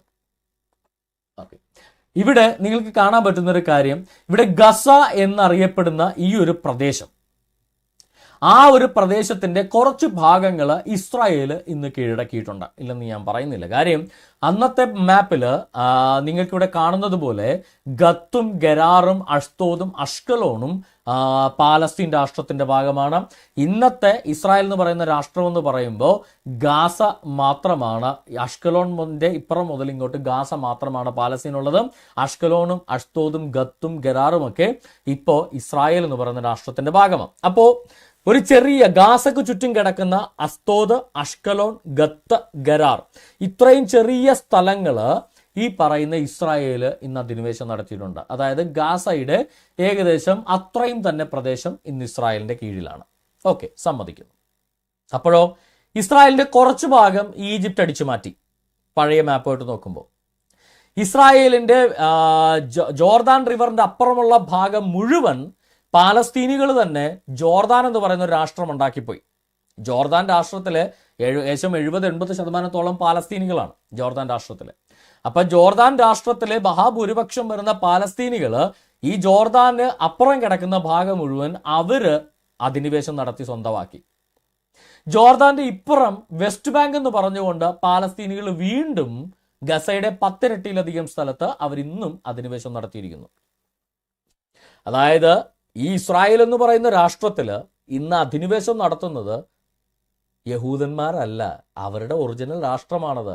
ഈ ഗസയിൽ നിന്നും അസ്തോദിൽ നിന്നും അഷ്കലോണിൽ നിന്നും വന്ന പാലസ്തീനികള് ഇസ്രായേലിലെ വെസ്റ്റ് ബാങ്ക് പ്രദേശങ്ങൾ, അതായത് ബത്ലഹേം, ഹെബ്രോൺ, ജെറീക്കോ, റമല്ല, നെബുലസ് തുടങ്ങിയ നസറത്ത് ഇപ്പൊ ഇസ്രായേലിന്റെ ഭാഗമാണ്. വെസ്റ്റ് ബാങ്ക് പ്രദേശങ്ങള് മുഴുവൻ അധിനിവേശം നടത്തി? ഈ ബഹുദൈവ മതക്കാരായിരുന്ന പാലസ്തീനികളാണ് ഇന്ന് മുസ്ലിങ്ങളായി മതം മാറിയതിന്റെ പേരിൽ അധിനിവേശം നടത്തിയിരിക്കുന്നത്. അതേ പാലസ്തീനികൾ തന്നെ ജോർദാൻ എന്ന പേരിൽ ഒരു പതാകയിൽ ഒരു നക്ഷത്രം ഇട്ട ജോർദാനെ നക്ഷത്രം മാറ്റിയാൽ പാലസ്തീനായി. എത്രയേ ഉള്ളൂ, 70% പാലസ്തീനികളാണ്. അപ്പൊ അതേ പാലസ്തീനികൾ തന്നെ ജോർദാൻ റിവറിന്റെ ഈസ്റ്റ് ബാങ്ക് അവരും അധിനിവേശം നടത്തി. അപ്പൊ പാലസ്തീനികൾ തന്നെ 2 വ്യത്യസ്ത പേരുകളിൽ, ഈ പാലസ്തീനികൾ എന്ന പേരിൽ വെസ്റ്റ് ബാങ്കിലും ജോർദാനിയൻസ് എന്നുള്ള പേരിൽ ഈസ്റ്റ് ബാങ്കിലും അവർ അധിനിവേശം നടത്തി ഇസ്രായേലിന്റെ സ്ഥലം കയ്യേറിയിരിക്കുകയാണ്. ഇതാണ് യഥാർത്ഥ വസ്തുത. ഈ വസ്തുത ഞാൻ പറഞ്ഞതല്ല, MM അക്ബർ പറഞ്ഞ മാപ്പാണിത്. മുഹമ്മദ് ഈസ പെരുമ്പാവൂർ പറഞ്ഞ മാപ്പാണ്. ഈ മാപ്പ് പ്രകാരം, ഈ ഇസ്രായേലിന്റെ ചരിത്രപ്രകാരം ഈ പറയുന്ന പാലസ്തീനികൾ ഗസയിൽ നിന്ന് വന്നിട്ട് വെസ്റ്റ് ബാങ്കും ഈസ്റ്റ് ബാങ്കും കീഴടക്കി അവിടെ ജോർദാൻ എന്ന പേരിലും വെസ്റ്റ് ബാങ്ക് എന്ന പാലസ്തീൻ അതോറിറ്റി എന്നുള്ള പേരിലും ഇന്ന് അധിനിവേശം നടത്തിക്കൊണ്ടിരിക്കുകയാണ്. അപ്പോ ഇവരുടെ ഒറിജിനൽ സ്ഥലം വിട്ടുകൊടുത്തവർക്ക് രാഷ്ട്രം ഉണ്ടാക്കണം. യെസ്, ഞാനതേ പറയത്തുള്ളൂ. ഈ അഷ്കലോണും അസ്തോദും ഗരാറും ഗത്തും ഇസ്രായേലിന്റെ ഭാഗമല്ല. അത് ഇസ്രായേല് വിട്ടുകൊടുക്കണം. എന്നിട്ട് ഗാസ ഒരു രാഷ്ട്രമാക്കണം. ഈ പറയുന്ന അസ്തോദ് മുതൽ ഇങ്ങോട്ട് സിനായ് പെനിൻസുല വരെ നീണ്ടു കിടക്കുന്ന, ഈജിപ്തിന്റെ അതിർത്തി വരെ നീണ്ടു കിടക്കുന്ന ഒരു രാഷ്ട്രമായിട്ട് പഴയ പാലസ്തീൻ രാഷ്ട്രം പുനഃസ്ഥാപിക്കണം. അതുപോലെ തന്നെ ഈ പാലസ്തീനികൾ കയ്യേറിയിരിക്കുന്ന, ജോർദാന്റെ ഭാഗമാക്കി കയ്യേറിയിരിക്കുന്ന ഈസ്റ്റ് ബാങ്കിലെ പ്രദേശങ്ങൾ ഇസ്രായേലിന് വിട്ടുകൊടുക്കണം. അതുപോലെ തന്നെ വെസ്റ്റ് ബാങ്കിൽ നിന്ന് പാലസ്തീനികൾ അധിനിവേശം നിർത്തി ഈ ഗസയിലേക്കും അസ്തോദിലേക്കും പാലസ്തീനികൾ പോകണം. അങ്ങനെ ഒരു ദ്വിരാഷ്ട്ര സംവിധാനം സ്ഥാപിതമായി കഴിഞ്ഞാൽ ഈ പ്രശ്നം ഒഴിവാകും. പക്ഷെ സമ്മതിക്കൂ? ആരും സമ്മതിക്കില്ല, പാലസ്തീനികൾ സമ്മതിക്കില്ല. ഇതാണ് ന്യായം എന്ന് പറയുന്നത്. അതായത് ചരിത്രപരമായ നീതി പുലർത്തൽ എന്ന് പറയുന്നത് ഈ പറയുന്ന ഡിവിഷനാണ്. എന്നാൽ ഇസ്രായേൽ ഇത്രയും കടുംപിടുത്തം പിടിച്ചിട്ടുണ്ടോ? നിങ്ങളൊന്ന് ആലോചിക്കുക. ഇത്രയും ചരിത്രപരമായ നീതി പുലർത്തണമെന്ന് ഇസ്രായേൽ പോലും ആവശ്യപ്പെട്ടിട്ടില്ല. ഇസ്രായേല് സമ്മതിച്ച ഒരു ദ്വിരാഷ്ട്ര ഫോർമുലയുണ്ട്. ഇവിടെ നിങ്ങൾക്ക് വ്യക്തമായിട്ട് കാണാം ഏതൊക്കെ ഈ ബ്രൗൺ കളറിൽ അടയാളപ്പെടുത്തിയിരിക്കുന്ന ഭാഗങ്ങൾ പാലസ്തീനികൾ പാലസ്തീൻ എന്ന പേരിൽ കയ്യേറിയിരിക്കുമ്പോൾ ഈ യെല്ലോ കളറിൽ അടയാളപ്പെടുത്തിയിരിക്കുന്ന പഴയ ഇസ്രായേൽ സാമ്രാജ്യത്തിന്റെ ഭാഗങ്ങൾ ജോർദാനിയൻസ്, പാലസ്തീനികൾ ജോർദാനിയൻസ് എന്നുള്ള പേരിൽ കയ്യേറിയിരിക്കുന്നതാണ് നിങ്ങളിവിടെ കാണുന്നത്. അപ്പൊ ഈ പാലസ്തീനികൾ ശരിക്കും ആരാണ്? ഇന്നത്തെ പല മുസ്ലിങ്ങൾക്ക് ഇതിനെക്കുറിച്ച് വലിയ വിവരമൊന്നുമില്ല. ഈ മുസ്ലിങ്ങൾ വിചാരിക്കുന്നത് പാലസ്തീനികളൊക്കെ അറബികളാണ്, അവരൊക്കെ മുഹമ്മദിന്റെ പിന്മുറക്കാരാണ്, മുഹമ്മദിന്റെ സന്തതി പരമ്പരപ്പെട്ടാണ്, അല്ലെങ്കിൽ അബ്രഹാമിന്റെ സന്തതി പരമ്പരപ്പെട്ടയാണെന്നൊക്കെയാണ് ഈ പറയുന്ന പല മുസ്ലിങ്ങളും വിചാരിച്ചിരിക്കുന്നത്. എൻ്റെ പൊന്നു സഹോദരങ്ങളെ, ശുദ്ധ അസംബന്ധമാണിത്. നിങ്ങളുടെ ഗ്രന്ഥം എഴുതിയ മുഹമ്മദിന് ചരിത്രം അറിയാത്തതുകൊണ്ട് അദ്ദേഹം അതൊന്നും എഴുതി വെച്ചിട്ടില്ല. പക്ഷെ മുഹമ്മദിനേക്കാൾ 10,000 വർഷങ്ങൾക്ക് മുന്നേ ജീവിച്ചിരുന്ന മോശെ എന്ന് നിങ്ങൾ തെറ്റി മൂസ എന്നൊക്കെ തെറ്റി പറയുന്ന മോശെ എന്ന് പറയുന്ന ഈ പ്രവാചകൻ വളരെ കൃത്യമായിട്ട് തൗറാത്തിനകത്ത്, തോറയുടെ അകത്ത് വളരെ കൃത്യമായിട്ട് എഴുതി വെച്ചിട്ടുണ്ട്. തോറയുടെ 1ാമത്തെ പുസ്തകം ബെറേഷിത്ത് എന്ന് പറയുന്ന ജനസിസ്, ഉൽപ്പത്തി എന്നറിയപ്പെടുന്ന പുസ്തകത്തിന്റെ 10ാം അധ്യായത്തിന്റെ 1ാം വാക്യം മുതൽ 32ാമത്തെ വാക്യം വരെ വായിച്ചാൽ നിങ്ങൾക്കത് മനസ്സിലാവും. അവിടെ നോഹയുടെ 3 മക്കളെ കുറിച്ച് പറയുന്നു. നിങ്ങൾ നൂഹ് എന്ന് തെറ്റി പറയുന്ന നോഹയുടെ 3 മക്കളെ കുറിച്ച് പറയുന്നു. ഷേം, ഹാം, യാഫെത്ത്. ഇതിൽ ഷേമിന്റെ സന്തതിയായ, അർപ്പക്ഷാദിന്റെ സന്തതിയായ, ഷേലായുടെ സന്തതിയായ ഏബറിന്റെ സന്തതി പരമ്പരയിൽ വരുന്നതാണ് അബ്രഹാം. അതുകൊണ്ടാണ് ഏബറിന്റെ സന്തതി പരമ്പരയിൽ വരുന്നതുകൊണ്ടാണ് ഇവരെ ഹീബ്രു എന്ന് വിളിക്കുന്നത്, എബ്രായർ എന്ന് വിളിക്കുന്നത്. ഏബറിന്റെ സന്തതികളായതുകൊണ്ടാണ് ഇവരെ എബ്രായർ എന്ന് വിളിക്കുന്നത്. എബ്രായർ എന്നതിന്റെ ഇംഗ്ലീഷ് വേർഷനാണ് ഹീബ്രു എന്ന് പറയുന്നത്. അപ്പൊ ഷേമിന്റെ സന്തതി പരമ്പരയിൽ വരുന്ന ഒരാളാണ് അബ്രഹാം. അതായത് അബ്രഹാമിന്റെ 4-5 തലമുറ മുമ്പുള്ള ഒരാളാണ് ഷേം. ആ ഷേമിന്റെ സഹോദരനായ ഹാമിന്റെ സന്തതി പരമ്പരയിൽ ഹാമിന്റെ മകനായ മിസ്രയീം, ഈജിപ്റ്റ് എന്ന് ഇംഗ്ലീഷിൽ എഴുതുന്നതാണ്, ഹാമിന്റെ മകന്റെ പേര് മിസ്രയീം എന്നാണ്. മിസ്രയീമിന്റെ മകനായിരുന്നു കലൂഷ് എന്ന് പറയുന്നത്. അവരുടെ മകനായി സന്തതി പരമ്പര വരുന്നതാണ് പലസ്തീനി. അതായത് മിസ്രയീം എന്ന് പേരുണ്ടായിരുന്ന ഈജിപ്ഷ്യൻസിന്റെ പൊതുപൂർവികന്റെ സന്തതി പരമ്പര, ഈജിപ്ഷ്യൻസിന്റെ സഹോദര ഭാഗമായിട്ട് വരുന്നതാണ് ഈ പറയുന്ന പാലസ്തീനിയൻസ്, ഫെലിസ്തീർ എന്ന് പറയുന്ന പാലസ്തീനിയൻസ്. അതായത് അബ്രഹാമും പാലസ്തീനിയൻസും തമ്മിലുള്ള ബന്ധം വളക്കണമെങ്കിൽ ഒരു 10-20 തലമുറ മുമ്പുള്ള ഒരു 5-10 തലമുറ മുമ്പുള്ള ബന്ധം എടുക്കേണ്ടി വരും. 5-10 തലമുറക്ക് മുമ്പുള്ള അബ്രഹാമിന്റെ വല്യുപ്പാപ്പയും പാലസ്തീനിയൻസിന്റെ വല്യുപ്പാപ്പയും നോഹയായിരുന്നു. അതാണ് ബന്ധം. അതായത് ഞാനും ഇസ്രായേൽ പ്രസിഡന്റ് ബെഞ്ചമിൻ നെതന്യാഹുവും തമ്മിലുള്ള രക്തബന്ധം പോലെയാണ് പാലസ്തീനികളും അബ്രഹാമും തമ്മിലുള്ള ബന്ധം. എന്താ? ബെഞ്ചമിൻ നെതന്യാഹുവിന്റെ പൊതുപൂർവീനെ തെരഞ്ഞു പോയി കഴിഞ്ഞാൽ നോഹയിലെത്തും. എന്റെ പൊതുപൂർവീനെ തെരഞ്ഞു പോയാലും നോഹയിലെത്തും. നിങ്ങളുടെ പൊതുപൂർവീനെ തെരഞ്ഞു പോയാലും നോഹയിലെത്തും. നരേന്ദ്രമോദിയുടെ പൊതുപൂർവീനെ തെരഞ്ഞു പോയാലും ബിബ്ലിക്കലി എത്തുന്നത് നോഹയിലാണ്. കാര്യം നോഹയുടെ 3 മക്കളിൽ നിന്നാണ് ഈ ഭൂമിയിലെ സന്തതി പരമ്പരകൾ ഉണ്ടായതെന്നാണ് ബൈബിൾ പഠിപ്പിക്കുന്നത്. അപ്പോ ആ ബന്ധം മാത്രമാണ് അബ്രഹാമും പാലസ്തീൻസും തമ്മിലുള്ളത്. അതായത് ഞാനും യാസർ അറാഫത്തും തമ്മിലുള്ള രക്തബന്ധം പോലെയുള്ളൂ അബ്രഹാമും പാലസ്തീനിയൻസും തമ്മിലുള്ള രക്തബന്ധം. കാര്യം 2 പേരുടെയും പൊതുപൂർവികൻ നോഹയാണ് എന്നുള്ളത്. ആ രക്തബന്ധം ഭൂമിയിലുള്ള സകല മനുഷ്യരും തമ്മിലുണ്ട്. ഇതാണ് അബ്രഹാമുമായിട്ടുള്ള ഇവരുടെ ബന്ധം. അതായത് പാലസ്തീനികൾക്ക് അബ്രഹാമുമായിട്ട് യാതൊരു ബന്ധവും ഇല്ല. ഇനി ഉൽപ്പത്തി പുസ്തകം തന്നെ എടുത്തു കഴിഞ്ഞാൽ ഈ പാലസ്തീനികളുടെ അന്നത്തെ രാജാവായിരുന്ന അബീമലേക്ക് അബ്രഹാമുമായിട്ട് ബർഷേബയിൽ വെച്ച് ഉടമ്പടി ഉണ്ടാക്കിയ കഥ വരെ പറയുന്നുണ്ട്. അതായത് ഇസ്രായേൽ ഒരു രാജ്യമൊക്കെ ആകുന്നതിന് മുന്നേ, ഈ ഇസ്രായേലിയർക്ക് പേര് വരാൻ കാരണമായ യാക്കോബ് ജനിക്കുന്നതിന് മുന്നേ യാക്കോബിന്റെ മുത്തശ്ശനായ അബ്രഹാമുമായിട്ട് ബർഷേബയിൽ വെച്ച് പാലസ്തീൻ അന്ന് രാഷ്ട്രമാണ്. പാലസ്തീൻ എന്ന് പറയുന്ന രാഷ്ട്രം അന്നേ ഉണ്ട്, അബ്രഹാമിന്റെ കാലത്തേ ഉണ്ട്. അബീമലേക്ക് എന്ന് പറയുന്ന പാലസ്തീൻ രാജാവ് വന്ന് സന്ധി ചെയ്യുന്ന കാര്യം ബൈബിളിൽ രേഖപ്പെടുത്തിയിട്ടുണ്ട്. ആ പാലസ്തീനികള് പിൽക്കാലത്ത് ഇസ്രായേലിയുടെ രാഷ്ട്രത്തിലേക്ക് അധിനിവേശം നടത്തിയതാണ് നമ്മൾ ഇന്ന് കാണുന്നത്. അപ്പൊ മിസ്രയീം എന്ന് പറയുന്ന ഹാമിന്റെ മകന്റെ സന്തതി പരമ്പരയിൽപ്പെട്ടതാണ് ഈജിപ്ഷ്യൻസും പാലസ്തീനികളും. കനാൻ എന്ന് പറയുന്ന ഹാമിന്റെ സന്തതി പരമ്പരയിൽ മകനായ കനാന്റെ സന്തതി പരമ്പരയിൽപ്പെട്ടവരാണ് കനനൈറ്റ്സ് എന്നറിയപ്പെടുന്നത്. ഹാമിന്റെ 2 മക്കളാണ് മിസ്രൈമും കനാനും. മിസ്രൈമിന്റെ സന്തതി പരമ്പരപ്പെട്ടതാണ് പാലസ്തീനികളും ഈജിപ്ഷ്യൻസും. കനാന്റെ സന്തതി പരമ്പരപ്പെട്ടവരെ പൊതുവെ വിളിക്കുന്ന പേരെ കനനൈറ്റ്സ് എന്ന്. അപ്പോൾ ഈ മിസ്രൈമിന്റെ സന്തതി പരമ്പരപ്പെട്ടവർ ഈജിപ്തിലും പാലസ്തീനിലുമായിട്ട് താമസിച്ചു. ബാക്കിയുള്ള ഇന്ന് ഇസ്രായേൽ എന്ന് വിളിക്കപ്പെടുന്ന സ്ഥലം മുഴുവൻ കനാന്യരായിരുന്നു താമസം. അവരെ കീഴടക്കിയാണ് ഇസ്രായേൽ അവിടെ തങ്ങളുടെ പൂർവികരുടെ യാക്കോബൊക്കെ താമസിച്ചിരുന്ന അബ്രഹാമൊക്കെ താമസിച്ചിരുന്ന സ്ഥലത്തേക്ക് തിരിച്ചു വന്ന് ഈ കനാന്യരെ കീഴടക്കിയാണ് 400 വർഷങ്ങൾക്ക് ശേഷം ഇസ്രായേൽ എന്ന് പറയുന്ന രാഷ്ട്രം സ്ഥാപിക്കുന്നത്. അത് ആദ്യം പ്രവാചകന്മാർ ഭരിച്ചു, പിന്നീട് ശൗൽ എന്ന രാജാവ് ഭരിച്ചു, അതിനുശേഷം ദാവീദ് ഭരിച്ചു. അങ്ങനെ രാജാക്കന്മാരുടെ ഒരു കുലം തന്നെ പിന്നീട് വന്നു. പിന്നെ നെബൂഖദ്നേസർ ഈ സിറിയയിൽ നിന്നും ഒക്കെ രാജാക്കന്മാർ ഇറാഖിൽ നിന്നൊക്കെ വന്ന ചക്രവർത്തിമാരാണ് ഇവരെ തോൽപ്പിച്ച രാജ്യം അവരുടെയാക്കുന്നതും.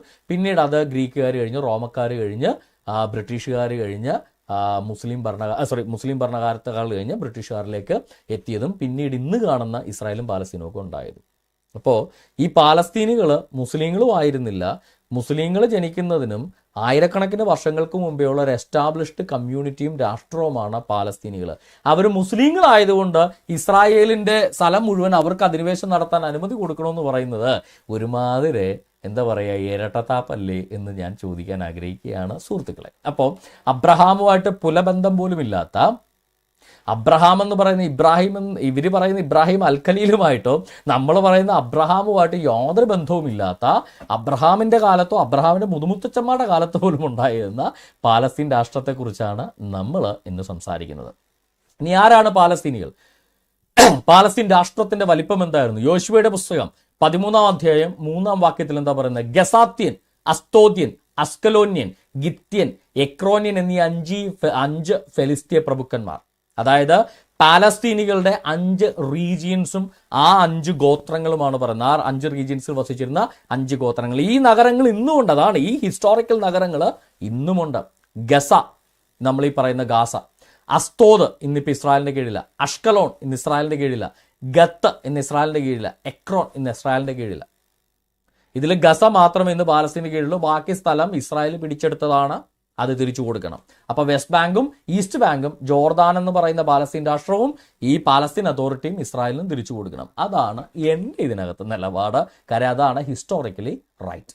ഇനി ശമൂവേലിന്റെ പുസ്തകം 1-ാമത്തെ പുസ്തകം 6-ാം അധ്യായത്തിൽ വായിച്ചു നോക്കി കഴിഞ്ഞാൽ നമുക്കറിയാം, ഇവര് പാലസ്തീനികൾ സ്ഥിരം ഇസ്രായേലിനെതിരെ യുദ്ധം ചെയ്യും. ഈ ഗസയിൽ നിന്നും അസ്തോദിൽ നിന്നും വന്ന് സ്ഥിരം വന്ന് ഇസ്രായേലിനെതിരെ യുദ്ധം ചെയ്യും. ഇത് പാലസ്തീനികളുടെ അന്നും ഇന്നുമുള്ള സ്വഭാവമാണ്. അതായത് ഈ പാലസ്തീനികൾ മുസ്ലിങ്ങളാകുന്നതിന് നൂറ്റാണ്ടുകൾക്ക് മുന്നേ പാലസ്തീനികൾ ഇത് തന്നെ സ്വഭാവം.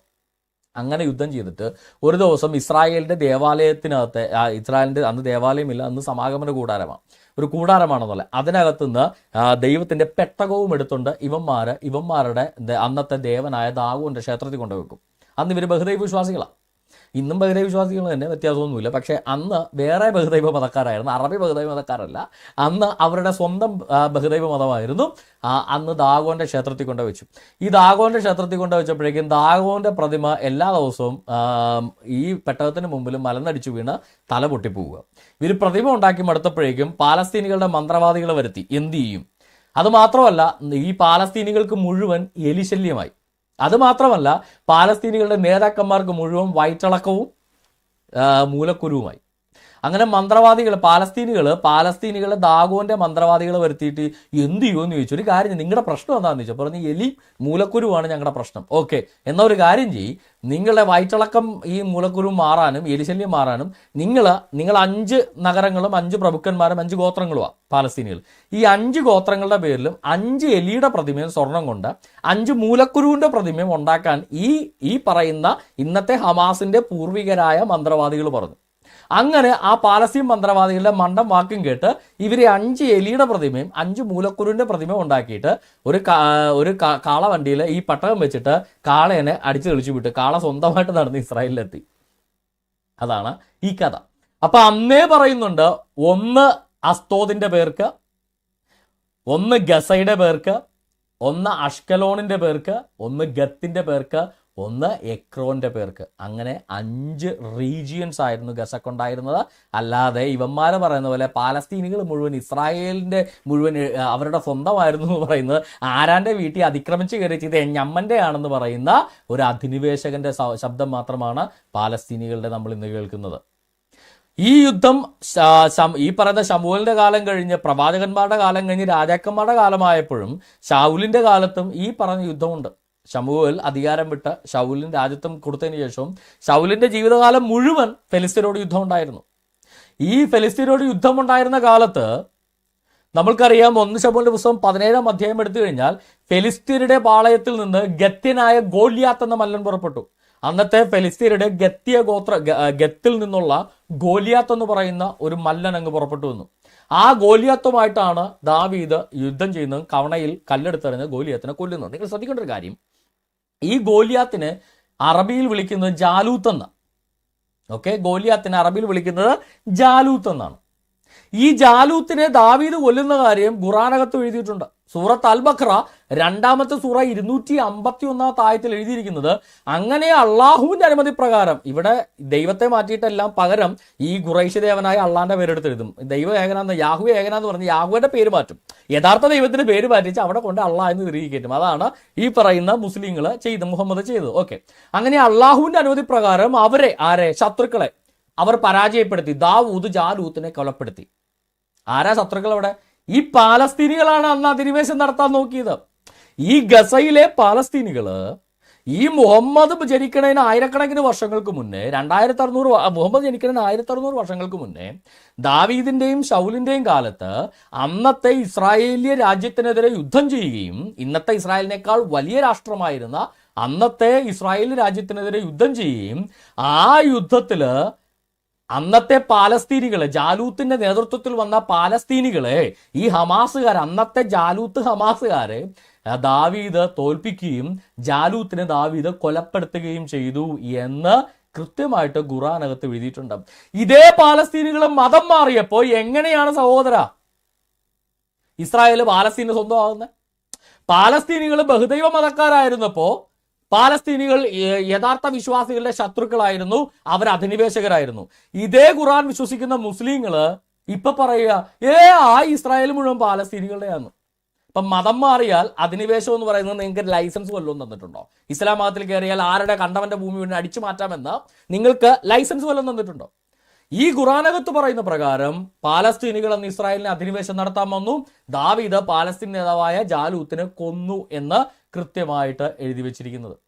ഇനി ഖുർആനിലെ 5-ാം അധ്യായം, അതായത് സൂറത്ത് മായിദ 5-ാമത്തെ സൂറയുടെ 20-21 ആയത്തുകൾ നിങ്ങളെടുത്ത്, മൂസ തന്റെ ജനങ്ങളോട് പറഞ്ഞ സന്ദർഭം, അതായത് മോശെ ഇസ്രായേൽ ജനത്തോട് പറഞ്ഞു, എന്താ, എന്റെ ജനങ്ങളെ, അല്ലയോ ഇസ്രായേൽ ജനങ്ങളെ, നിങ്ങളെ പ്രവാചകന്മാരെ നിയോഗിക്കുകയും നിങ്ങളെ രാജാക്കന്മാരാക്കുകയും മനുഷ്യരിൽ നിന്ന് മറ്റാർക്കും നൽകിയിട്ടില്ലാത്ത പലതും നിങ്ങൾക്ക് നൽകുകയും ചെയ്തുകൊണ്ട് അള്ളാഹു നിങ്ങളെ അനുഗ്രഹിച്ചതോർക്കുക. എന്റെ ജനങ്ങളെ, അള്ളാഹു നിങ്ങൾക്ക് വിധിച്ചിട്ടുള്ള പവിത്ര ഭൂമിയിൽ നിങ്ങളങ്ങ് പ്രവേശിക്കുക, നിങ്ങൾ പിന്നോക്കം മടങ്ങരുത്. അതായത് ഈ ഇസ്രായേൽ സാമ്രാജ്യത്തിലേക്ക് നിങ്ങൾ പ്രവേശിക്കുക, നിങ്ങൾ ഒരു കാരണവശാലും പിന്നോക്കം മടങ്ങരുതെന്ന് പറഞ്ഞ ആരാ? ഈ അള്ളാഹു. ഇപ്പൊ മുസ്ലിങ്ങൾ പറയുന്നത് ഇസ്രായേല് അവിടെ നിന്ന് ഉപേക്ഷിച്ച് പോകണമെന്ന്. അപ്പം മുസ്ലിങ്ങൾ പറയുന്നത് ഈ അള്ളാഹുവിന്റെ വാക്കിന് പുല്ല് വില കൊടുക്കണമെന്നാണോ? പാലസ്തീനികൾ മതം മാറി മുസ്ലിം ആയപ്പോ ഇവരുടെ ഗ്രന്ഥത്തിൽ തന്നെ ഇസ്രായേലിന്റെ സ്വന്തമാണ് എന്ന് പറഞ്ഞിരിക്കുന്ന ഭൂമി ഇന്ന് ഇസ്രായേൽ വിട്ടുകൊടുക്കണമെന്ന്. അപ്പോൾ ഞമ്മന്റെ മതക്കാരായ ഏത് കണ്ടവന്റെ വീടും സ്വന്തം വീടായിട്ട് അടിച്ചു മാറ്റി ഉപയോഗിക്കാം എന്ന്. സ്വന്തം മരുമകളെ അടിച്ചു മാറ്റി കൊണ്ടുപോയ ആളെ സംബന്ധിച്ചിടത്തോളം ഇതൊക്കെ വളരെ പുഷ്പമുള്ള കാര്യങ്ങളാണ്. അതുകൊണ്ട് നമുക്ക് അതിനകത്തൊന്നും പറയാനില്ല. അപ്പോൾ ഖുറാനകത്ത് തന്നെ വളരെ കൃത്യമായിട്ട് പറഞ്ഞിട്ടുണ്ട്, ഇസ്രായേലിന് ഒരു കാരണവശാലും ഇസ്രായേലിലെ 1 ഇഞ്ച് ഭൂമി പോലും പാലസ്തീനികൾക്കോ ഈ പറയുന്ന അമ്മോന്യർ, ഇന്നത്തെ ജോർദാൻ എന്ന് വിളിക്കുന്ന പാലസ്തീനികൾക്കോ സിറിയക്കാർക്കോ കൊടുക്കരുത് എന്ന് പറഞ്ഞ ആരാ? ഇവരുടെ അള്ളാഹു തന്നെ പറഞ്ഞെന്നാണ് ഇവര് പറയുന്നത്. അപ്പോ ഈ പറയുന്ന വിശുദ്ധ വേദഗ്രന്ഥം, വിശുദ്ധ വേദപുസ്തകമായ ബൈബിൾ അടിസ്ഥാനത്തിൽ പറഞ്ഞാലും ഇസ്രായേലിയര് ഇന്നും, ഇസ്രായേലിനെ അധിനിവേശം ചെയ്യുന്നത് ഇന്നും പാലസ്തീനികളാണ്, വെസ്റ്റ് ബാങ്കും ഈസ്റ്റ് ബാങ്കും. ഇവരുടെ ഖുറാൻ പ്രകാരം പാലസ്തീനികൾ ആ പരിസരത്ത് കയറാൻ പാടില്ല, ഇസ്രായേൽ അവരെ കയറ്റരുത്, 1 ഇഞ്ച് ഭൂമി പോലും വിട്ടുകൊടുക്കരുതെന്നാണ് ഇസ്രായേലിയരോട് ഖുറാൻ പോലും പറയുന്നത്. എന്നിട്ട് ഇവർ പറയേ അല്ല, ഇതൊക്കെ പാലസ്തീനികളുടെ തന്തയുടെ വകയാണെന്നൊക്കെ പറഞ്ഞ്. എൻ്റെ പൊന്നു സഹോദരങ്ങളെ, പാലസ്തീനികളുടെ വല്യുപ്പാപ്പയുടെ വകയല്ല ഇസ്രായേൽ. പാലസ്തീനികളുടെ വക ഉണ്ട്. ഈ പറയുന്ന അഷ്കലോണും അസ്തോദും ഒക്കെ നിങ്ങളുടെ, ഞാൻ സമ്മതിക്കുന്നു, അത് ഇസ്രായേൽ നിന്ന് പിടിച്ചടക്കുന്നു. പക്ഷെ അതിന്റെ ഇരട്ടി സ്ഥലം നിങ്ങൾ പിടിച്ചടക്കി വെക്കൊണ്ടാണ് ഇസ്രായേൽ അത് പിടിച്ചടക്കി വെച്ചത്. നിങ്ങളൊരു രാജ്യം ചോദിക്കുക, അഷ്കലോണും അസ്തോദും ഒക്കെ സ്വന്തമാക്കി ഒരു രാജ്യം ചോദിക്കുക, അവർ നിങ്ങൾക്ക് തരും. ജെറുസലേം അടക്കമുള്ള ഈ പറയുന്ന ജോർദാന്റെ ഭാഗങ്ങളും വെസ്റ്റ് ബാങ്കും ഈസ്റ്റ് ബാങ്കും ഒക്കെ ഇസ്രായേലിന് വിട്ടുകൊടുക്കുക. അപ്പൊ ഇസ്രായേലിന്റെ പഴയ രാജ്യവുമായി പാലസ്തീന്റെ പഴയ രാജ്യവുമായി ആർക്കും പ്രശ്നമില്ല. അള്ളാന്റെ വാക്കും മാറണ്ട. അല്ലെ പിന്നെ നിങ്ങളൊക്കെ അള്ളാനെ പൊട്ടനാക്കി എന്നുള്ള ഇത് നിങ്ങൾക്ക് കിട്ടും. ഇനി ഈ ആയത്തിന്റെ സൂറത്ത് അൽ മാഇദയുടെ ഇബ്നു അബ്ബാസിന്റെ തഫ്സീറും കൂടെ ഒന്ന് വായിച്ചു നോക്കിയുള്ളൂ. ഓ മൈ പീപ്പിൾ, അല്ലയോ ജനങ്ങളെ, go into the holy land, ഈ പവിത്ര വിശുദ്ധ ഭൂമിയിലേക്ക് നിങ്ങൾ പ്രവേശിക്കുക. ഇസ്രായേല്യരോട് മോശ പറഞ്ഞു, അല്ലയോ ഇസ്രായേല്യരെ, നിങ്ങൾ നിങ്ങളുടെ ഈ വിശുദ്ധ ഭൂമിയിലേക്ക് പ്രവേശിക്കുക. ദ പ്യൂരിഫൈഡ്, ഏതൊക്കെയാ പവിത്ര ഭൂമി? Damascus, Palestine and parts of Jordan. അതായത് ഇന്ന് ജോർദാന്റെ ഭാഗമായിരിക്കുന്ന സ്ഥലം, ഇന്ന് പാലസ്തീൻ എന്ന് വിളിക്കപ്പെടുന്ന സ്ഥലം. അതായത് ഈ മുഹമ്മദിന്റെ കാലത്തേക്ക് പാലസ്തീൻ എന്ന് റോമക്കാർ തെറ്റായി വിളിച്ച ഇന്നത്തെ ഇസ്രായേൽ മുഴുവൻ ആരുടെയാണ്? ഈ ദമാസ്കസ് പോലും വിട്ടുകൊടുക്കേണ്ടി വരും. വലിയ ഡയലോഗ് അടിച്ചു കഴിഞ്ഞാൽ, അതായത് മുഹമ്മദിന്റെ സഹാബിയായ ഇബ്നു അബ്ബാസിന്റെ വിശദീകരണ പ്രകാരം സിറിയൻ തലസ്ഥാനമായ ദമാസ്കസ് പോലും ഇസ്രായേലിന്റെ ആണെന്നാ പറയുന്നത്. 1 ഇഞ്ച് പോലും അത് വിട്ടുകൊടുക്കരുതെന്നാ പറയുന്നത്. അപ്പൊ ഇവിടെ അധിനിവേശം നടത്തിയവരുടെ കൂട്ടത്തില് ബൈബിളിൽ എന്തായാലും ദമാസ്കസ് ഇസ്രായേലിന്റെ ഭാഗമായിട്ട് പറയാൻ ബൈബിള് ഇച്ചിരി ചരിത്രബോധമുള്ള ദൈവദാസന്മാർ എഴുതിയതുകൊണ്ട് അവർ പറഞ്ഞിട്ടില്ല. പക്ഷേ ഈ സിറിയയുടെ തലസ്ഥാനമായ ദമാസ്കസ് പോലും ഇസ്രായേലിന് അള്ളാഹു കൊടുത്തതെന്നാണ് ഖുറാന്റെ വിശദീകരണത്തിൽ മുഹമ്മദിന്റെ സഹാബിയായ ഇബ്നു അബ്ബാസിന്റെ, ഏറ്റവും വലിയ മുഫസ്സിറായ ഇബ്നു അബ്ബാസ് പറയുന്നത്, മുഹമ്മദ് പറഞ്ഞ പവിത്ര ഭൂമി ജോർദാന്റെ ഭാഗങ്ങളും ദമാസ്കസും അടങ്ങിയതാണ്. അപ്പൊ ഖുറാൻ പ്രകാരം പറഞ്ഞ് വ്യാഖ്യാനിച്ചു വന്ന ദമാസ്കസ് അടക്കം ബാഷർ അൽ അസദ് വരെ സ്വന്തം ക്യാപിറ്റൽ സിറ്റി വിട്ടുകൊടുക്കേണ്ടി വരും എന്ന് സാരം. അപ്പോൾ വലിയ വാഗ്വാദത്തിന് പോകാതെ ഉള്ള ഗസയും കെട്ടിപ്പിടിച്ച് കഴിയുന്നത് തന്നെയാണ് ചരിത്രബോധം ഉണ്ടെങ്കിൽ നിങ്ങൾക്ക് നല്ലത്. പിന്നെ വിവരവും വിദ്യാഭ്യാസമില്ല, പിന്നെ എന്തു ആവാം, അതിനകത്ത് കുഴപ്പമൊന്നുമില്ല. ഇവിടെ ഈ പാലസ്തീനികൾ എങ്ങനെയാണ് പിന്നെ മുസ്ലിങ്ങളായത്? പാലസ്തീനികൾ മുസ്ലിങ്ങളല്ലായിരുന്നു, അവരുടെ ദേവനായിരുന്നു ദാഗോൻ. അതുപോലെ തന്നെ കുറേ ദേവന്മാർ അവർക്കുണ്ടായിരുന്നു. ഈ അസ്തോദില് കുറെ ദേവിമാരുണ്ടായിരുന്നു. ഇവരെല്ലാം വിട്ടിട്ട് പാലസ്തീനുകൾ എങ്ങനെ മുസ്ലിങ്ങളായെന്ന് ചോദിച്ചു കഴിഞ്ഞാൽ, മുഹമ്മദ് മരിച്ചതിന് ശേഷം അബൂബക്കർ ഖലീഫയായി. അബൂബക്കറിനെ മുസ്ലിങ്ങൾ തന്നെ വെട്ടിക്കൊന്നു കഴിഞ്ഞപ്പോഴേക്കും ഉമർ ഖലീഫയായി. അങ്ങനെ ഉമർ ഖലീഫയായ സമയത്ത് ഉമർ ഒരു പടയോട്ടം നടത്തി. ഉമർ ജെറുസലേം കീഴടക്കും. 40,000 പടയാളികളുമായിട്ട് വന്ന് ഉമർ ജെറുസലേം കീഴടക്കും. നിങ്ങൾക്ക് കാണാം, 40,000 പടയാളികളുമായിട്ട് വന്ന് ഉമർ ജെറുസലേം കീഴടക്കുന്ന ചരിത്രം വിസിറ്റ് മസ്ജിദ് അൽ അക്സ എന്ന് പറഞ്ഞുകൊണ്ട്, വിസിറ്റ് മസ്ജിദ് അൽ അക്സ എന്ന് പറഞ്ഞുകൊണ്ട് മസ്ജിദ് അൽ അക്സയുടെ ചരിത്രം വിവരിക്കുന്ന ഒരു ഇസ്ലാമിക് വെബ്സൈറ്റിൽ നിന്ന് ഞാൻ ആ കഥ വായിച്ചു തരാം. After the death of prophet Muhammad, second caliph of Islam, Umar bin al Khattab entered and mercifully liberated Jerusalem accompanied by 40,000 സഹാബ. അന്നത്തെ കാലത്ത് 40,000 പട്ടാളക്കാരുമായിട്ട് വന്നിട്ട് വളരെ കരുണയോടെ കൃപയോടെ ഈ ജെറുസലേമിനെ മോചിപ്പിച്ചു. ജെറുസലേമിനെ മോചിപ്പിച്ചു. അതായത് അവർ അധിനിവേശം നടത്തിയതിനെയാണ് ഈ മോചിപ്പിക്കുക എന്ന് പറയുന്നത്. 40,000 പട്ടാളക്കാരുമായി വന്ന് സമാധാനത്തിൽ സൗഹാർദ്ദത്തിൽ ജെറുസലേമിനെ പിടിച്ചെടുത്തു. അതാണ് ജെറുസലേമിനെ ഇവർ മോചിപ്പിച്ചു എന്ന് പറയാൻ. ജെറുസലേമിനെ മോചിപ്പിച്ചു എന്ന് പറയാനായിട്ട് ഇവര് പിടിച്ചടക്കി എങ്ങനെ മോചനമാവുന്നത്?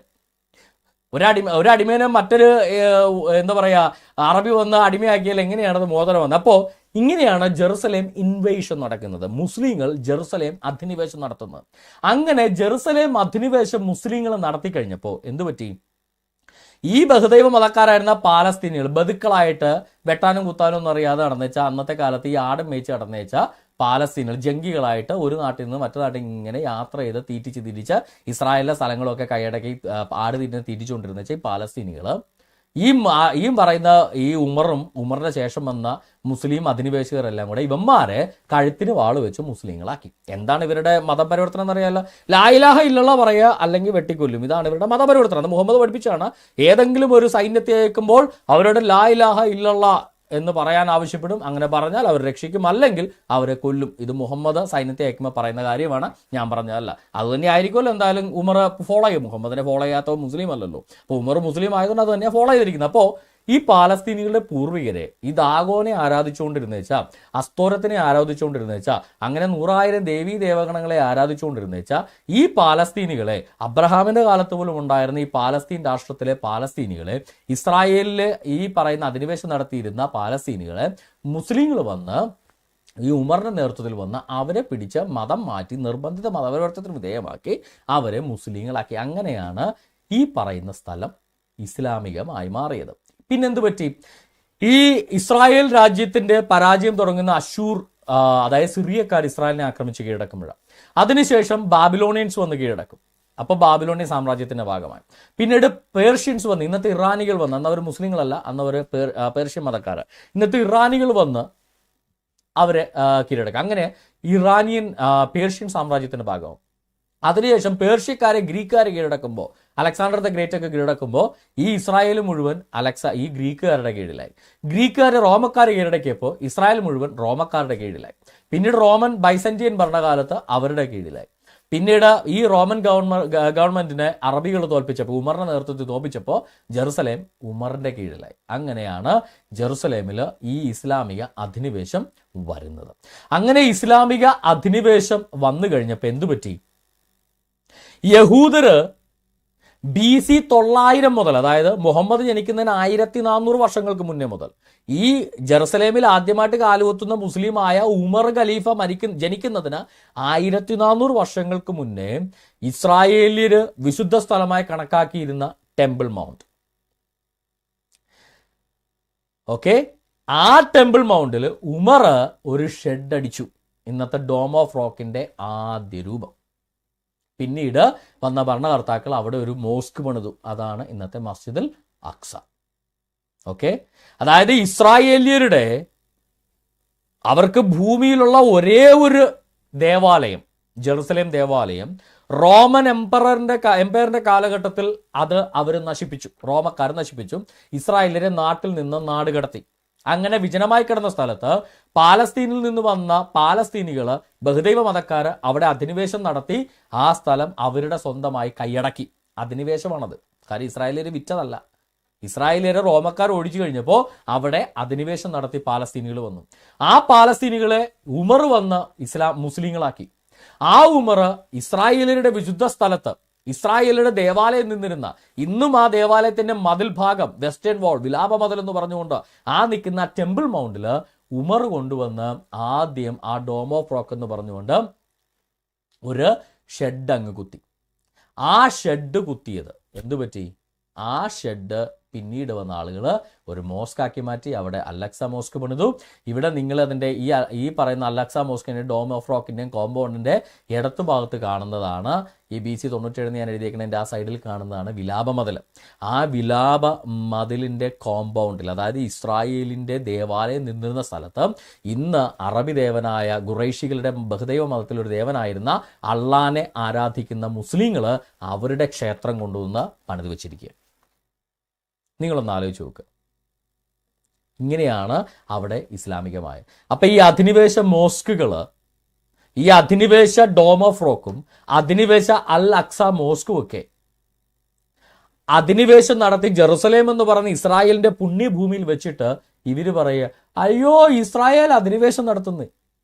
എന്തൊരു നുണയാണ് ഇവർ പടച്ചുകൊണ്ടെന്ന് നിങ്ങൾ വിചാരിക്കണം. നിങ്ങളൊന്ന് ആലോചിച്ച് നോക്കുക.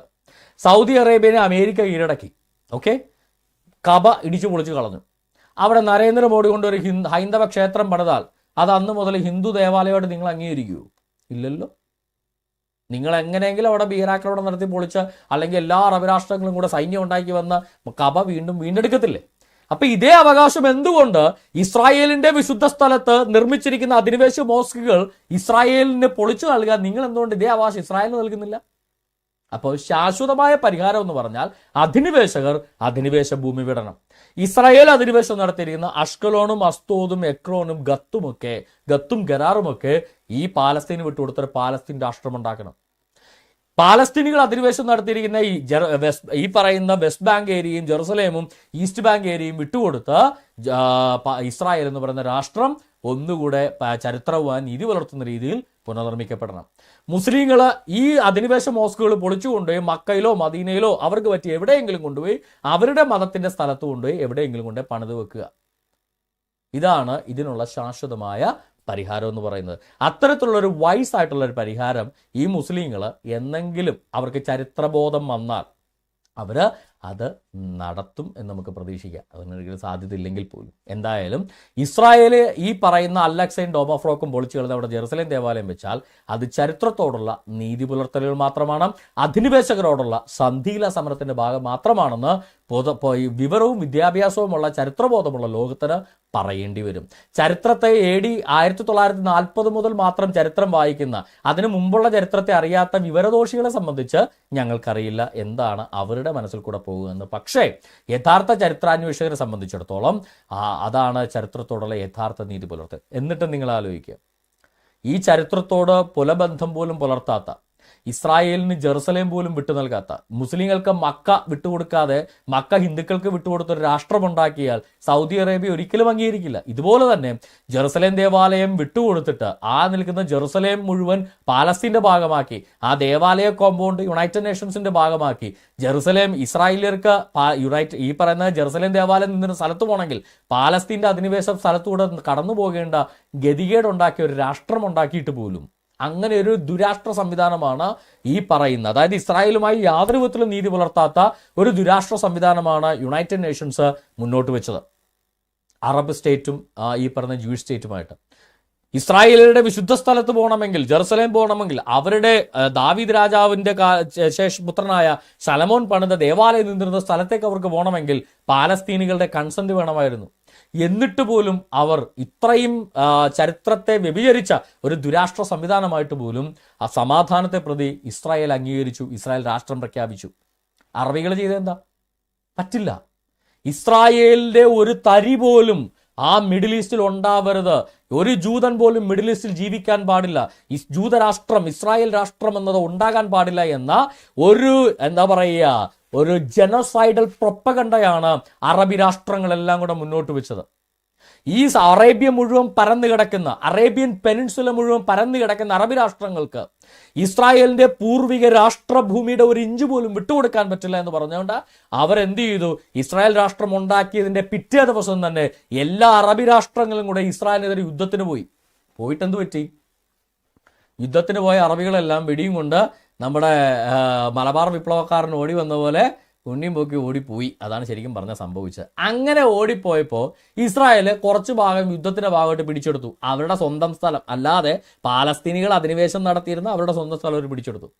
എന്നിട്ടും യോം കിപ്പോറിന്റെ ഓർമ്മ ദിവസം യുവമാർ പിന്നെയും ഒന്ന് ആക്രമിക്കാൻ ഉണ്ടായിരുന്ന ജെറുസലേമിന്റെ ഭാഗം കൂടെ അങ്ങ് ഇസ്രായേൽ പിടിച്ചെടുത്തു. അതായത് സ്വന്തം സ്ഥലം യുദ്ധം നടത്തി പിടിച്ചെടുക്കേണ്ട ഗതികേടിലാണ് ഇസ്രായേൽ ഇന്നും. അപ്പോൾ ഇത്തരത്തിലുള്ള അധിനിവേശം എന്താണ്, ആരാണ് നടത്തുന്നതെന്ന് നിങ്ങൾ ആലോചിക്കുക. മുസ്ലിങ്ങൾ നടത്തിയ അധിനിവേശങ്ങൾ പലതാണ്. മുസ്ലിങ്ങൾ ഇസ്രായേലിന്റെ വിശുദ്ധ സ്ഥലം പിടിച്ചെടുത്ത് അവിടെ ഇസ്ലാമിക മോസ്ക് ഉണ്ടാക്കി വെച്ചു, അധിനിവേശം നമ്പർ 1. പാലസ്തീനികളെ മുസ്ലിങ്ങളാക്കി മതം മാറ്റി പാലസ്തീനികളെ കൊണ്ട് ഇസ്രായേലിന്റെ സ്ഥലം കയ്യേറിപ്പിച്ചു. അവരുടെ പാരമ്പര്യ സ്വത്ത് പാലസ്തീനികൾ അധിനിവേശം നടത്തി. എന്നിട്ട് ഈ മുസ്ലിങ്ങളെല്ലാം കൂടെ പാലസ്തീനികളെ സപ്പോർട്ട് ചെയ്തു. അബ്രഹാമോട്ട് ഒരു ബന്ധവും ഇല്ലാത്ത പാലസ്തീനികളൊക്കെ അബ്രഹാമിന്റെ സന്തതികളാണെന്ന് പറഞ്ഞ് അവിടെ കയറി സ്വന്തം അപ്പനെ മാറ്റി പറയുന്ന ആദ്യമായിട്ട് കാണുക. അങ്ങനെ വരെ അവന്മാർ അവിടെ കയറി തമ്പടിച്ചു. ഈ അധിനിവേശ പാലസ്തീനികൾ അവരുടെ സ്വന്തം സ്ഥലമായ ഗസയിലേക്കും മസ്തോദിലേക്കും മഷ്കോണിലേക്കും മടങ്ങിപ്പോയി അവർക്ക് സമാധാനമായിട്ട് ഒരു 2 സ്റ്റേറ്റ് സൊല്യൂഷൻ അവിടെ വരണം. പാലസ്തീനികളുടെ പൂർവിക പ്രദേശങ്ങൾ പാലസ്തീനികൾക്ക്, ജെറുസലേം അടക്കമുള്ള ഇസ്രായേലിന്റെ പൂർവിക പ്രദേശങ്ങൾ ഇസ്രായേലിന്. ഒരു ജോഗ്രഫിക്കൽ ലൈൻ ആണെങ്കിൽ ജോർദാൻ റിവറിന്റെ അപ്പുറമുള്ള സ്ഥലങ്ങൾ ജോർദാനിയൻ പാലസ്തീനിയൻസിനും കൂടെ കൊടുത്ത് ഒരു 3 രാഷ്ട്രം, ദ്വിരാഷ്ട്രമല്ല ശരിക്കും 3 രാഷ്ട്രങ്ങളാണ്. ജോർദാൻ എന്ന് പറയുന്നത് പാലസ്തീൻ രാഷ്ട്രങ്ങൾ തന്നെയാണ്. ഇപ്പൊ പാകിസ്ഥാൻ എന്ന് പറഞ്ഞ് ഇന്ത്യ വിഭജിച്ച മുസ്ലിം രാഷ്ട്രം ഉണ്ടാക്കി. ഇനിയും വേണമെങ്കിൽ ഒമാര് സൗത്ത് ഇന്ത്യയിൽ വേറെ മുസ്ലിം രാഷ്ട്രം വേണമെന്ന് പറഞ്ഞിട്ട് ഒമാര് വരും. അതാണ് ഒമാരുടെ സ്വഭാവം. അതേ പണിയാണ് ഈ പാലസ്തീനിലും കാണിക്കുന്നത്. ജോർദാന്റെ 70% ആളുകളും പാലസ്തീനികളാണ്. എന്നിട്ട് പിന്നെയും ഒരു പാലസ്തീൻ രാഷ്ട്രം വേണമെന്ന് പറഞ്ഞുകൊണ്ടാണ് ഇവർ വരുന്നത്. അപ്പോൾ ഇത്തരത്തിൽ ഒരു സമാധാന ഫോർമുല ഉണ്ടാക്കി ഈ അവിടെയുള്ള മോസ്ക് യഹൂദന്മാരെ പൊളിക്കാൻ ഇടകൊടുക്കാതെ നിങ്ങൾ മുസ്ലിങ്ങൾ തന്നെ അധിനിവേശം ഞങ്ങൾ സപ്പോർട്ട് ചെയ്യുന്നില്ല, ഞങ്ങൾ ഒരിക്കലും ജനസൈഡൽ പ്രൊപ്പഗണ്ട സപ്പോർട്ട് ചെയ്യുന്നില്ല എന്ന് പറഞ്ഞാൽ ഈ ഉമറ ഉണ്ടാക്കി വെച്ച ഷെഡ് പൊളിച്ചുകൊണ്ട് നിങ്ങൾക്ക് പറ്റിയ മക്കയിലോ മദീനയിലോ അല്ലെങ്കിൽ ഗസയിലോ എവിടെയെങ്കിലും കൊണ്ടുവച്ച് ജെറുസലേം ദേവാലയം പുനർനിർമ്മിക്കാൻ ഇസ്രായേലിന് അവസരം കൊടുത്താൽ സമാധാനമായി സന്തോഷമായി നിങ്ങൾക്ക് എല്ലാവർക്കും ജീവിക്കാൻ സാധിക്കും. അങ്ങനെ ഒരു സൊല്യൂഷൻ നിങ്ങൾക്കുണ്ടാകട്ടെ എന്ന് ഞങ്ങൾ പ്രാർത്ഥിക്കുന്നു. പക്ഷേ നിങ്ങൾക്കൊരിക്കലും ഉണ്ടാകില്ല എന്ന് ഞങ്ങൾക്കറിയാം. കാര്യം നിങ്ങളുടെ നേതാവ് മുഹമ്മദാണ്, അല്ലാതെ യേശു ക്രിസ്തു അല്ല. അതുകൊണ്ട് തന്നെ നിങ്ങൾക്കൊരിക്കലും അതുണ്ടായില്ല. അതിൻ്റെ തെളിവായിട്ട് 2 ഹദീസ് വായിച്ചുകൊണ്ട് പ്രോഗ്രാം ഞാൻ വൈൻഡപ്പ് ചെയ്യണം. സഹീഹ് മുസ്ലിമിലെ 1765 ഹദീസ്, ബുക്ക് നമ്പർ 32, ഹദീസ് നമ്പർ 72. അവിടെ it has been narrated on the authority of Abu Hurairah. അബൂ ഹുറൈറയുടെ നിവേദനമായിട്ട് വായിക്കുന്ന ഹദീസാണ്. We were sitting in the mosque when the messenger of Allah came to us and said, ഞങ്ങൾ ഒരു മോസ്കിലായിരുന്നപ്പോൾ മുഹമ്മദ് ഞങ്ങളുടെ അടുക്കൽ വന്നിട്ട് പറഞ്ഞു, let's go to the Jews, നമുക്ക് യഹൂദന്മാരുടെ അടുത്തേക്ക് പോവാം. We went out with him until we came to them. ഞങ്ങൾ ആ യഹൂദന്മാരിരുന്ന സ്ഥലത്തേക്ക്, അവരുടെ നാട്ടിലേക്ക്, അവരുടെ സ്ഥലത്തേക്ക് ചെന്നു. Muhammad stood up and called out to them saying, Muhammad എഴുന്നേറ്റ് നിന്നിട്ട് യഹൂദന്മാരോട് പറഞ്ഞു, ഓ അസംബ്ലി ഓഫ് ജ്യൂസ്, അല്ലയോ യഹൂദ സമൂഹമേ, ആക്സെപ്റ്റ് ഇസ്ലാം, നിങ്ങൾ ഇസ്ലാം മതത്തിലേക്ക് മതം മാറുക. യു വിൽ ബി സേഫ്, നിങ്ങൾ സുരക്ഷിതരായിരിക്കും. They said, Abu al-Qasim, you have communicated. Abu അൽ ഖസീമെ, നീ സംസാരിച്ചു, ഞങ്ങൾ കേട്ടു. Messenger of Allah said, I want this. മുസ്ലിം ഈ യഹൂദന്മാരോട് നിങ്ങൾ മതം മാറണം, എന്നാലേ നിങ്ങൾക്ക് സംരക്ഷണം ഉണ്ടാകുള്ളൂ. യഹൂദന്മാരോട് നീ പറഞ്ഞ ഞങ്ങൾ കേട്ടു. മുഹമ്മദിന് മനസ്സിലായി അവന്മാരെ ഞങ്ങൾക്ക് പുള്ളീനൊന്ന് ആക്കിയതെന്ന്. പുള്ളി പറഞ്ഞേ, ഐ വാണ്ട് ദിസ്, ഞാൻ ഈ പറഞ്ഞ നടന്നിരിക്കണം. അപ്പോഴും യഹൂദന്മാർ അതേപോലെ തന്നെ പറഞ്ഞു, ഞങ്ങൾ കേട്ടിരിക്കുന്നു. Accept Islam, you would be slave, നിങ്ങൾ ഇസ്ലാം മതം സ്വീകരിക്കൂ, നിങ്ങൾ സുരക്ഷിതരായിരിക്കും. സൈന്യമായിട്ട് വന്നിട്ടേ പറയണതേ, നിങ്ങൾ മതം മാറ്, നിന്നാൽ ഞങ്ങൾ നിങ്ങളെ സംരക്ഷിക്കാം. അവർ പിന്നെയും പറഞ്ഞു, നീ പറഞ്ഞത് ഞങ്ങൾ കേട്ടു, അല്ലയോ അബു ഖുസൈബേ, യു ഹാവ് കമ്മ്യൂണിക്കേറ്റഡ്, നിങ്ങൾ പറഞ്ഞത് ഞങ്ങൾ കേട്ടു. അതിനുശേഷം പുള്ളി പറഞ്ഞു, you should know that the earth belongs to Allah and his apostle. മുഹമ്മദായ എൻ്റെയും അള്ളാഹയുടെയും പേരിലാണ് ഈ ഭൂമി മുഴുവൻ. ഈ ഭൂമി മുഴുവൻ എൻ്റെ സാമ്രാജ്യമാണ്. അള്ളാഹയുടെയും മുഹമ്മദിൻ്റെയും സാമ്രാജ്യമാണ് ഈ ഭൂമി മുഴുവൻ. I wish that I should expel you from this land. ഞാൻ ആഗ്രഹിക്കുന്നു ഈ ഭൂമിയുടെ ചക്രവർത്തിയായ പുള്ളിയുടെ ചെറിയ ജനസൈഡലൊന്നുമല്ല, മതം മാറിയില്ലെങ്കിൽ എല്ലാവരെയും കൊന്നൊടുക്കി ഭൂമി മുഴുവൻ ഇസ്ലാമിക രാഷ്ട്രമാക്കാൻ നടന്നിരുന്ന ഒരു ജനസൈഡലാണ് ഈ പറയുന്ന ഒരു അപ്പാർത്തീഡ് റജീമായിരുന്നു മുഹമ്മദ് നയിച്ചിരുന്നത് എന്നുള്ളതാണ് ഇവിടെ നമുക്ക് കാണാൻ കഴിയുന്നത്. ഇത് എൻ്റെ വാക്കുകളല്ല കേട്ടോ, ഇത് മുഹമ്മദിന്റെ വാക്കുകളാണ്. സഹീഹ് മുസ്ലിമിലെ ഹദീസാണ്. അതായത് ഭൂമി മുഴുവൻ അള്ളാഹുവിൻ്റെയും മുഹമ്മദിൻ്റെയുമാണ്. അതുകൊണ്ട് ഞാൻ നിങ്ങളെ നാട് കടത്താൻ പോവുകയാണ്. Those of you who have any property with them should sell it. നിങ്ങളുടെ കയ്യിലുള്ള ഭൂമി വേണമെങ്കിൽ നിങ്ങൾക്ക് വിറ്റിട്ട് പോകാം. Otherwise they should know that the earth belongs to Allah and his apostle and they may have to go away leaving everything behind. വേണമെങ്കിൽ വിറ്റിട്ട് പോ, ഞങ്ങൾ പറയുന്ന വിലക്ക് വിറ്റിട്ട് പോ, അല്ലെങ്കിൽ ഞങ്ങൾ നിങ്ങളെ ബലം പ്രയോഗിച്ച് നാട് കടത്തും. യഹൂദന്മാര് മുഹമ്മദിന്റെ വല്യുപ്പാപ്പ ജനിക്കുന്നതിന് മുന്നേ പോലും യഹൂദന്മാരും ക്രൈസ്തവരും ജീവിച്ചിരുന്ന നാട്ടിൽ നിന്ന് ഈ മുഹമ്മദ് അവരെ നാട് കടത്തുക. കാരണം എന്താ? യഹൂദന്മാര് ഇസ്ലാം എന്ന് പറയുന്ന ഈ അറബി പേഗൻ മതത്തിലേക്ക് മതം മാറാൻ തയ്യാറായില്ല. ഒരൊറ്റ കാരണമേ ഉള്ളൂ, നിങ്ങൾ മതം മാറ്, നിങ്ങൾക്കിവിടെ ജീവിക്കാം. മതം മാറിയില്ലെങ്കിൽ നിങ്ങൾ നാട് കടക്കണം. ഒറ്റ റീസണേ ഉള്ളൂ, ഈ ഭൂമി മുഴുവൻ അള്ളാഹുവിൻ്റെയും മുഹമ്മദിൻ്റെയുമാണ്. അങ്ങനെ ഭൂമി മുഴുവൻ മറ്റു മതക്കാരെ നാട് കടത്തി ബഹിരാകാശത്തേക്ക് വിടാൻ പറ്റത്തില്ല, പിന്നെ കൊല്ലാൻ പറ്റത്തുള്ളൂ. അവസാനമുള്ള ആളുകളെല്ലാം കൊന്നൊടുക്കി നിർബന്ധിത മതപരിവർത്തനം നടത്തി ഭൂമി മുഴുവൻ ഇസ്ലാമിക രാഷ്ട്രമാക്കാൻ നടന്ന ഒരു അപ്പാർത്തൈഡ് റജീം, ഒരു ജനസൈഡൽ റജീമിന്റെ ആളുകളാണ് ഈ പാലസ്തീനികളും കേരളത്തിലെ മുസ്ലിങ്ങളടക്കമുള്ള മുഹമ്മദിനെ വിശ്വസിക്കുന്ന മുസ്ലിങ്ങൾ കേട്ടോ. മുഹമ്മദിനെ വിശ്വസിക്കാത്ത മുസ്ലിങ്ങൾ ഉണ്ടെങ്കിൽ അവരെ ഞാൻ ഒന്നും പറയുന്നില്ല. മുഹമ്മദിനെ വിശ്വസിക്കുന്ന മുസ്ലിങ്ങൾ ഈ ഐഡിയോളജി പിന്തുടരുന്നവരാണെന്ന് സെബാസ്റ്റ്യൻ മുനക്കൽ പറഞ്ഞല്ല, സഹീഹ് മുസ്ലിമില് മുഹമ്മദ് തന്നെ പറഞ്ഞിരിക്കുകയാണ്. ഇനി നിങ്ങൾ കണ്ടോ, സഹീഹ് മുസ്ലിമിലെ ബുക്ക് നമ്പർ 32 ഹദീസ് നമ്പർ 75 പറയുന്നത് എന്താ? ഇത് ഉമർ ബിൻ ഖത്താബ് നിവേദനമാണ്. മുഹമ്മദ് ഇപ്രകാരം പറഞ്ഞു, I will expel the Jews and Christians from the Arabian Peninsula and will not leave any but Muslim. ഇപ്പം നിങ്ങൾക്ക് മനസ്സിലായോ എന്തുകൊണ്ടാണ് യഹൂദന്മാരുടെ സ്ഥലത്ത് മുസ്ലിങ്ങൾ അധിനിവേശം നടത്തി യഹൂദന്മാർക്ക് ഒരു രാഷ്ട്രമുണ്ടാകാൻ സമ്മതിക്കില്ല എന്ന് പറയുന്നത് എന്തുകൊണ്ടാണെന്ന് മനസ്സിലായോ? എന്തുകൊണ്ടാ? മുഹമ്മദ് അവരോട് കൽപ്പിച്ചിരിക്കുന്നത് അറേബ്യൻ ഉപദ്വീപിൽ ജൂതന്മാരും ക്രിസ്ത്യാനികളും പാടില്ല. അപ്പൊ ജൂതന്മാരും ക്രിസ്ത്യാനികളുടെയും ഒരു രാഷ്ട്ര സംവിധാനം അറേബ്യൻ ഉപദ്വീപും പാടില്ല, മുസ്ലിങ്ങളല്ലാത്ത ആർക്കും അവിടെ ജീവിക്കാൻ അവകാശമില്ലെന്ന് പ്രഖ്യാപിച്ചത് ഈ പറയുന്ന മുഹമ്മദാണ്. അപ്പൊ മുഹമ്മദിന്റെ പാത പിന്തുടരുന്നു എന്ന് അവകാശപ്പെടുന്ന, മുഹമ്മദ് പറഞ്ഞിരിക്കുന്നതാണ് ഞങ്ങളുടെ ശരീഅത്ത് നിയമം എന്ന് അവകാശപ്പെടുന്ന, ആ ശരീഅത്ത് അനുസരിച്ച് മാത്രമേ ഞങ്ങൾ ജീവിക്കൂ എന്ന് അവകാശപ്പെടുന്ന, മുഹമ്മദ് പറഞ്ഞതാണ് ഞങ്ങളുടെ മതം എന്ന് അവകാശപ്പെടുന്ന, ആ മതത്തിൽ ഞങ്ങൾ വിശ്വസിക്കുന്നു അതനുസരിച്ച് ഞങ്ങൾ ജീവിക്കുമെന്ന് അവകാശപ്പെടുന്ന ഈ മുസ്ലിങ്ങളുടെ യഥാർത്ഥ ഐഡിയോളജി എന്താണ്? ജനസൈഡലാണ്. യഹൂദന്മാരെ ഹിറ്റ്ലറെ പോലെ നാസികളെ പോലെ ഉന്മൂലനം ചെയ്ത് ഇസ്ലാമിക രാഷ്ട്രം, ഈ പറയുന്ന ഇസ്രായേൽ ഇസ്ലാമിക രാഷ്ട്രം സ്ഥാപിക്കുക എന്നുള്ളതാണ് ഈ പറയുന്ന മുഹമ്മദീയ ചിന്താഗതിക്കാരുടെ, മുഹമ്മദീയ മതക്കാരുടെ ഐഡിയോളജി എന്ന് പറയുന്നത്. അവിടെ കൊണ്ട് നിൽക്കുമോ? ഇല്ല. മുഹമ്മദിന്റെ കമാൻഡ് എന്താ? പാലസ്തീൻ മാത്രം, അല്ലെങ്കിൽ ഇസ്രായേൽ മാത്രം, അല്ലെങ്കിൽ മിഡിൽ ഈസ്റ്റ് മാത്രമെന്നല്ല, ഭൂമി മുഴുവൻ അള്ളാഹുവിന്റെ ദൂതന്റെയുമാണ്. അതുകൊണ്ട് എല്ലാവരും മതം മാറിയെങ്കിൽ തട്ടിക്കളയും എന്നതാണ് അദ്ദേഹത്തിന്റെ സന്ദേശം.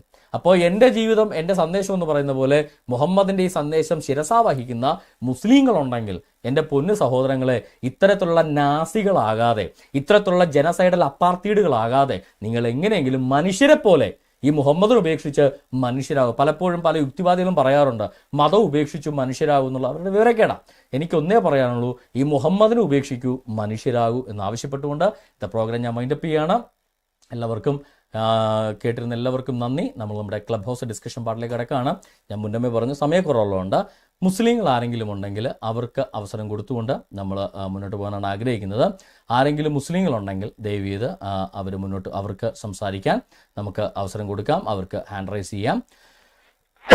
എനിക്കറിയില്ല ഹാൻഡ് റൈസിങ് ഓപ്ഷൻ. ഞാൻ ഒത്തിരി കാലമായി ക്ലബ് ഹൗസ് ചെയ്തിട്ട് അവിടെ ഹാൻഡ് റൈസിങ് ഓപ്ഷൻ ഓപ്പൺ ആണോ എന്ന് എനിക്കറിയില്ല. ഞാനൊന്ന് നോക്കട്ടെ ഹാൻഡ് റൈസിങ് ഓപ്ഷൻ ഓപ്പൺ ആണ് എങ്ങനെയാണ്.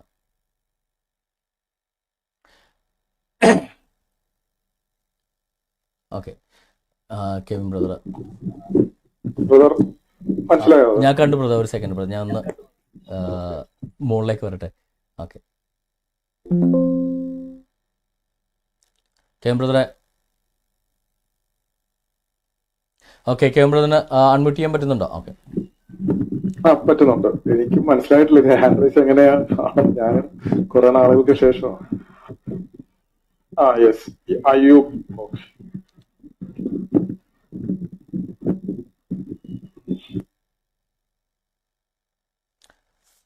ഓക്കെ, കെവിൻ ബ്രദറെ, മുസ്ലിംസ് ആരെങ്കിലും ഉണ്ടെങ്കിൽ അവർക്ക് സംസാരിക്കാനുള്ള ഒരു അവസരം നമ്മൾ ഒരുക്കുകയാണ്.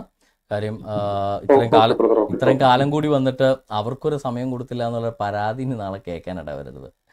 അതുകൊണ്ട് അറബികളുടെ ഇസ്ലാമിക അധിനിവേശം, ഈ പാലസ്തീനികൾ ആരാണ് യഥാർത്ഥ അധിനിവേശകർ എന്ന വിഷയത്തിൽ സംസാരിക്കാൻ താല്പര്യമുണ്ടെങ്കിൽ മാത്രം, സമയമില്ല അതുകൊണ്ടാണ്, സംസാരിക്കാൻ നിങ്ങൾക്ക് താല്പര്യം ഉണ്ടെങ്കിൽ മാത്രം മുസ്ലിങ്ങൾക്കൊരു അവസരം ഒരുക്കുകയാണ്. കാരണം ഇത്രയും നാൾ കൂടി ഞാൻ വന്നതാണ്. അതുകൊണ്ട് തന്നെ മുസ്ലിങ്ങൾക്കൊരു അവസരമില്ലാതെ മുന്നോട്ട് പോകുന്നത് ശരിയല്ല എന്നൊന്നുണ്ട്. മുസ്ലിങ്ങൾ ആരെങ്കിലും ഉണ്ടെങ്കിൽ അവർക്ക് ഹാൻഡ് റൈസ് ചെയ്യാനുള്ള അവസരമാണ്. നിങ്ങൾക്ക് ആരെങ്കിലും ഉണ്ടെങ്കിൽ നിങ്ങൾക്ക് വരാം, അല്ലെങ്കിൽ നമുക്കിത് പ്രോഗ്രാം നമുക്ക് വൈൻഡപ്പ് ചെയ്യാം.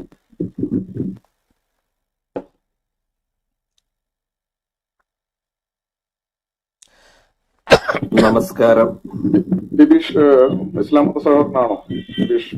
അതെ അതെ അതെ. ഓക്കെ, ദയവായി ഈ വിഷയത്തിൽ മാത്രം നിന്ന് സംസാരിക്കാം. ഓക്കെ.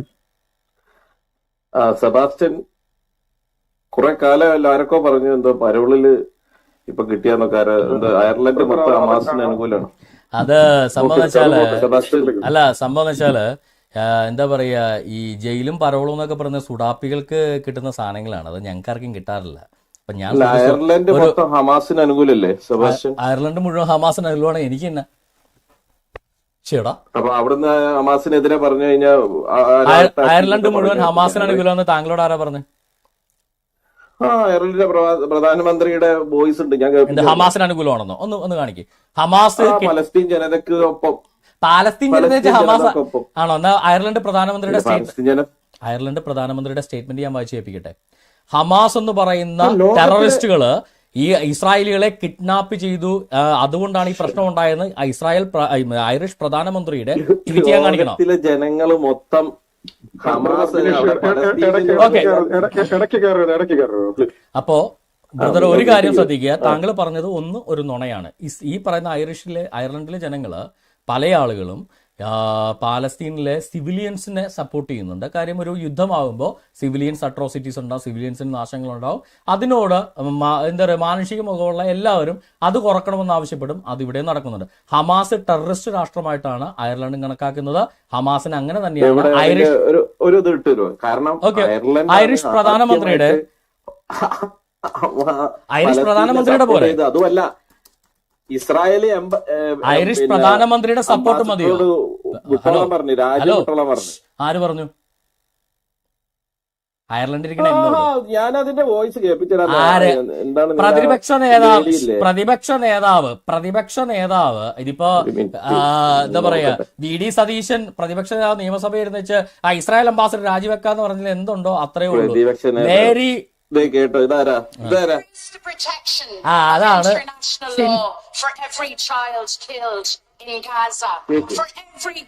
എന്റെ പൊന്നു സഹോദരൻ, അത് ഇവിടുത്തെ പ്രതിപക്ഷ നേതാവാ, ഷിൻഫിൻ പാർട്ടിയുടെ പ്രസിഡന്റ്. വെളിവില്ല. ഓക്കെ, ഇതാ ബിബീഷ്, ഇത് ഞാൻ താങ്കളെ മ്യൂട്ട് ചെയ്താണ്. കേക്കാം, ഇത് ആരാന്ന് പറഞ്ഞിട്ട് കേക്ക്. ഇതാരാണ്? ഇത് ഐറിഷ് പ്രധാനമന്ത്രി. ഇത് ആരാ? അയർലൻഡിൽ ആരാ ഇത്?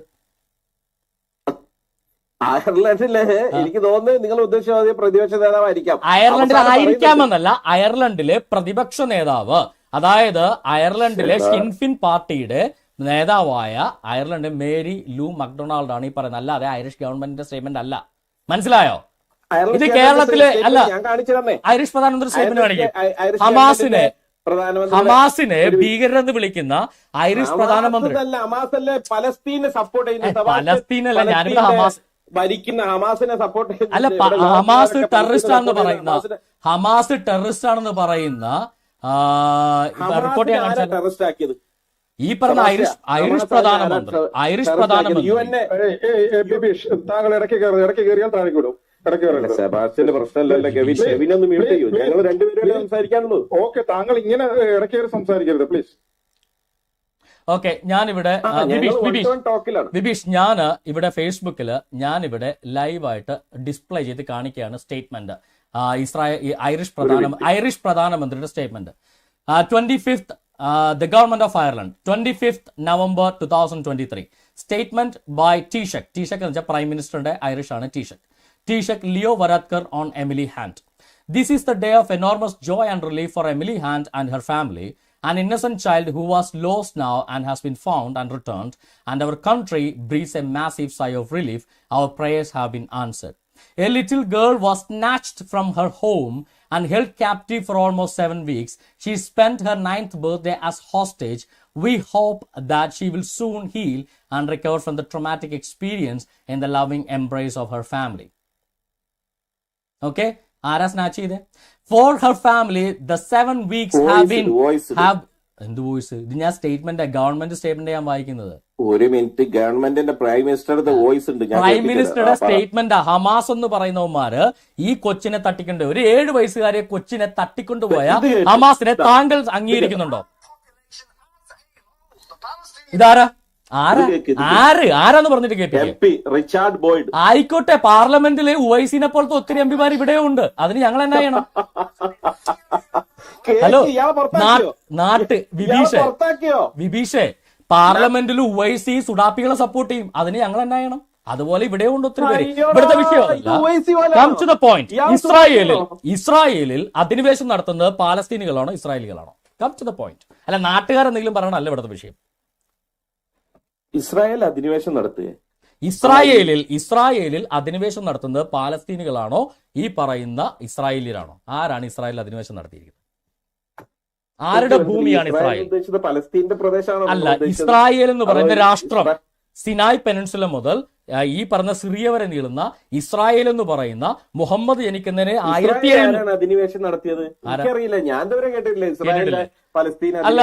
മുഹമ്മദിന്റെ ഈ പറയുന്ന മുഹമ്മദ് ജനിക്കുന്നതിന് മുന്നേ കിങ് ഡേവിഡിനെ കുറിച്ച് കേട്ടിട്ടുണ്ടോ? ദാവീദ് രാജാവ് 3000 വർഷങ്ങൾക്ക് മുന്നേ. പ്രവാചകനാണ് നിൽക്കട്ടെ, പ്രവാചകനല്ല. ചോദിച്ചൊരു ഉത്തരം പറ. ഇസ്രായേലിന്റെ സ്ഥലത്ത് പാലസ്തീനുകൾ എങ്ങനെ? ഈ സെബാസ്റ്റ്യൻ മുക്കല്ല, ഐറിഷ് ഗവൺമെന്റ് കാര്യമല്ല ചോദിച്ചത്. ഇസ്രായേൽ എന്ന് ചരിത്രം ചോദിക്കുമ്പോ ഇസ്രായേലിന്റെ ചരിത്രം ചോദിക്കുമ്പോ എങ്ങോട്ടാ ഓടുന്നത്? ഐറിഷ് ഗവൺമെന്റ് ആണോ ഇസ്രായേലിന്റെ ചരിത്രം?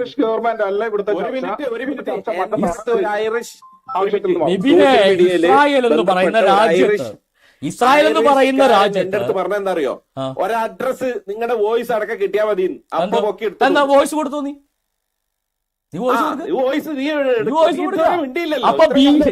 ഇതാണ് സത്യം പറയുന്നവരെ ഭീഷണിപ്പെടുത്തി ഈ കോയകളുടെ മുസ്ലിങ്ങളുടെ തീവ്രവാദികളുടെ മുസ്ലിം തീവ്രവാദികള് ഹമാസ് ഭീകരരെ കൊണ്ട് എന്നെ തട്ടിക്കുമെന്നാണ് ഇവൻ ഭീഷണിപ്പെടുത്തുന്നത്. എടാ, നിനക്കൊക്കെ ഇതേ നടക്കുകയുള്ളൂ. അന്തസ്സോടെ നിനക്ക് തെളിയിക്കാൻ പറ്റുമോ? നിങ്ങളുടെ ഇസ്ലാം മതം ഉണ്ടാകുന്നതിന് 2000-ലധികം വർഷങ്ങൾക്ക് മുന്നേ ഉള്ളതാണ് ഇസ്രായേൽ രാഷ്ട്രം. ഈ ഹമാസ് എന്ന് പറയുന്ന ഗസയിലെ നക്സലുകള് ഇസ്രായേലിന് അധിനിവേശം നടത്തിയിട്ട് പറയാ ഈ ഐറിഷ് ഗവൺമെന്റ് ഉണ്ടായിട്ട് എത്ര കാലമായി? 1940 ശേഷം ഐറിഷ് ഗവൺമെന്റ് ഉണ്ടാവുന്നത് 1920 സംതിങ്ങില്, 100 വർഷമായിട്ടുള്ളൂ ഐറിഷ് എന്ന് പറയുന്ന ഗവൺമെന്റ് ഉണ്ടായിട്ട്. ആ ടീം അവരെ ഐറിഷ് ഗവൺമെന്റ് പറഞ്ഞു. എന്നാൽ ബ്രിട്ടീഷ് ഗവൺമെന്റ് പറയുന്നത് ഐറിഷ് ഗവൺമെന്റിനേക്കാൾ 10 ഇരട്ടി വലുതാണ് ബ്രിട്ടീഷ് ഗവൺമെന്റ്. ബ്രിട്ടീഷ് ഗവൺമെന്റ് പറഞ്ഞ ഹമാസ് ഭീകരരാണ്. എന്താ നിങ്ങൾ അംഗീകരിക്കാത്തെ? ഈ ഐറിഷ് ഗവൺമെന്റ് 1000 ഇരട്ടി വലുതാണ് അമേരിക്കൻ ഗവൺമെന്റ്. അവർ പറയുന്നു ഹമാസ് ഭീകരരാണ്. എന്താ നിങ്ങൾ അംഗീകരിക്കാത്തെ? എന്തിന് ഇന്ത്യ ഗവൺമെന്റ് തന്നെ ഹമാസിനെ തള്ളി പറയുന്നു? നിങ്ങളെന്താ അംഗീകരിക്കാത്തെ? ഹമാസ് അട്രോസിറ്റീസ് എന്ന് പറയുന്നത് ഈ പറയുന്ന പാലസ്തീനികള് ഇസ്രായേൽ വന്ന് നടത്തിയ ഹമാസിന്റെ കൊടും ക്രൂരതകളെ ഈ അംഗീകരിച്ചു കൊടുക്കുന്നത് മുഹമ്മദിന്റെ വാക്കുകളുണ്ടോ? മുഹമ്മദാണ് അവരെ പഠിപ്പിച്ചത്. ഈ മുസ്ലിങ്ങൾ എന്ന് പറയുന്നത് ഈ ജനസൈഡലാണ്. കാര്യം മുഹമ്മദ് അവരോട് പറഞ്ഞിരിക്കുന്നത് ജനസൈഡ് ചെയ്യാനാ.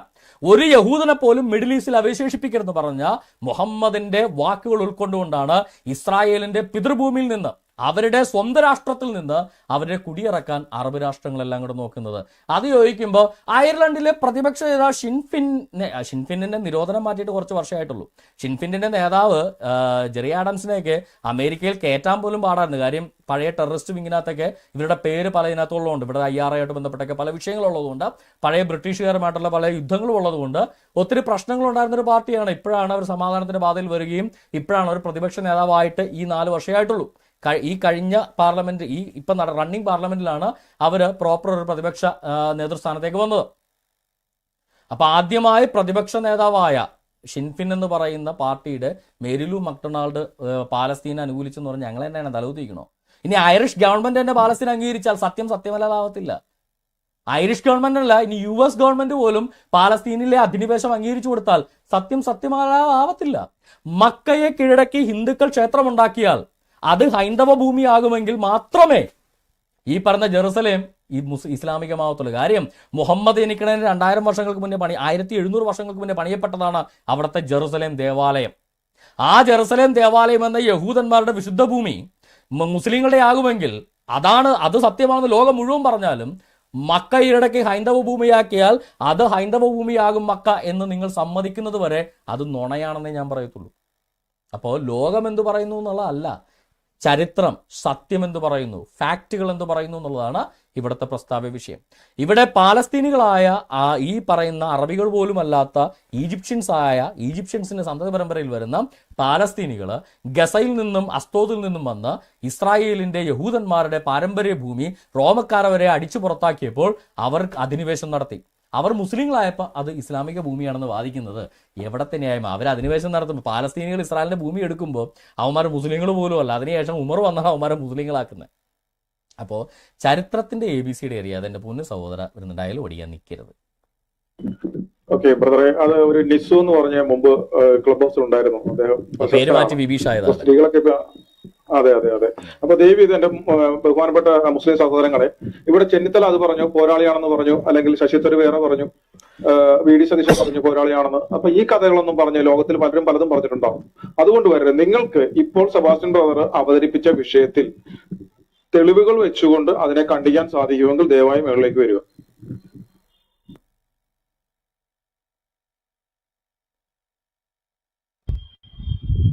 ബ്രദർ ആരും തന്നെ നമുക്ക് അതിൻ്റെ ചെയ്തിട്ടില്ല. കാര്യം മുസ്ലിങ്ങൾക്ക്. അതുകൊണ്ട് ഞാനിപ്പോൾ ശരിക്കും പറഞ്ഞു കഴിഞ്ഞാൽ ഈ ലൈവ് പ്രോഗ്രാമുകൾ ഞാനിപ്പോൾ ഇച്ചിരി കുറയ്ക്കുന്നതിൻ്റെ കാരണം ഇതാണ്.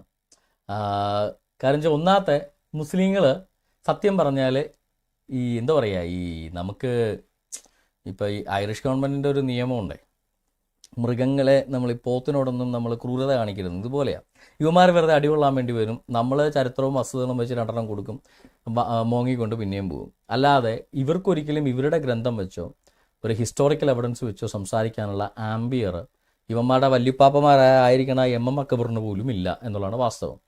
അപ്പോൾ അതുകൊണ്ട് തന്നെ മുസ്ലിങ്ങൾക്ക് അതിനുള്ളൊരു കാലിബർ ഇല്ല. അതിൻ്റെ കാലിബർ ഇല്ലാത്ത അവരുടെ കുഴപ്പമല്ല, അവർ വിളിക്കുന്ന ദേവനും അവർ വിളിക്കുന്ന പ്രവാചകനും അത്രയും കാലിബർ ഇല്ലാത്തവരായിരുന്നു. അതിനിപ്പോൾ നമുക്കൊന്നും ചെയ്യാൻ പറ്റത്തില്ല, അത് അവരുടെ തിരഞ്ഞെടുപ്പാണ്.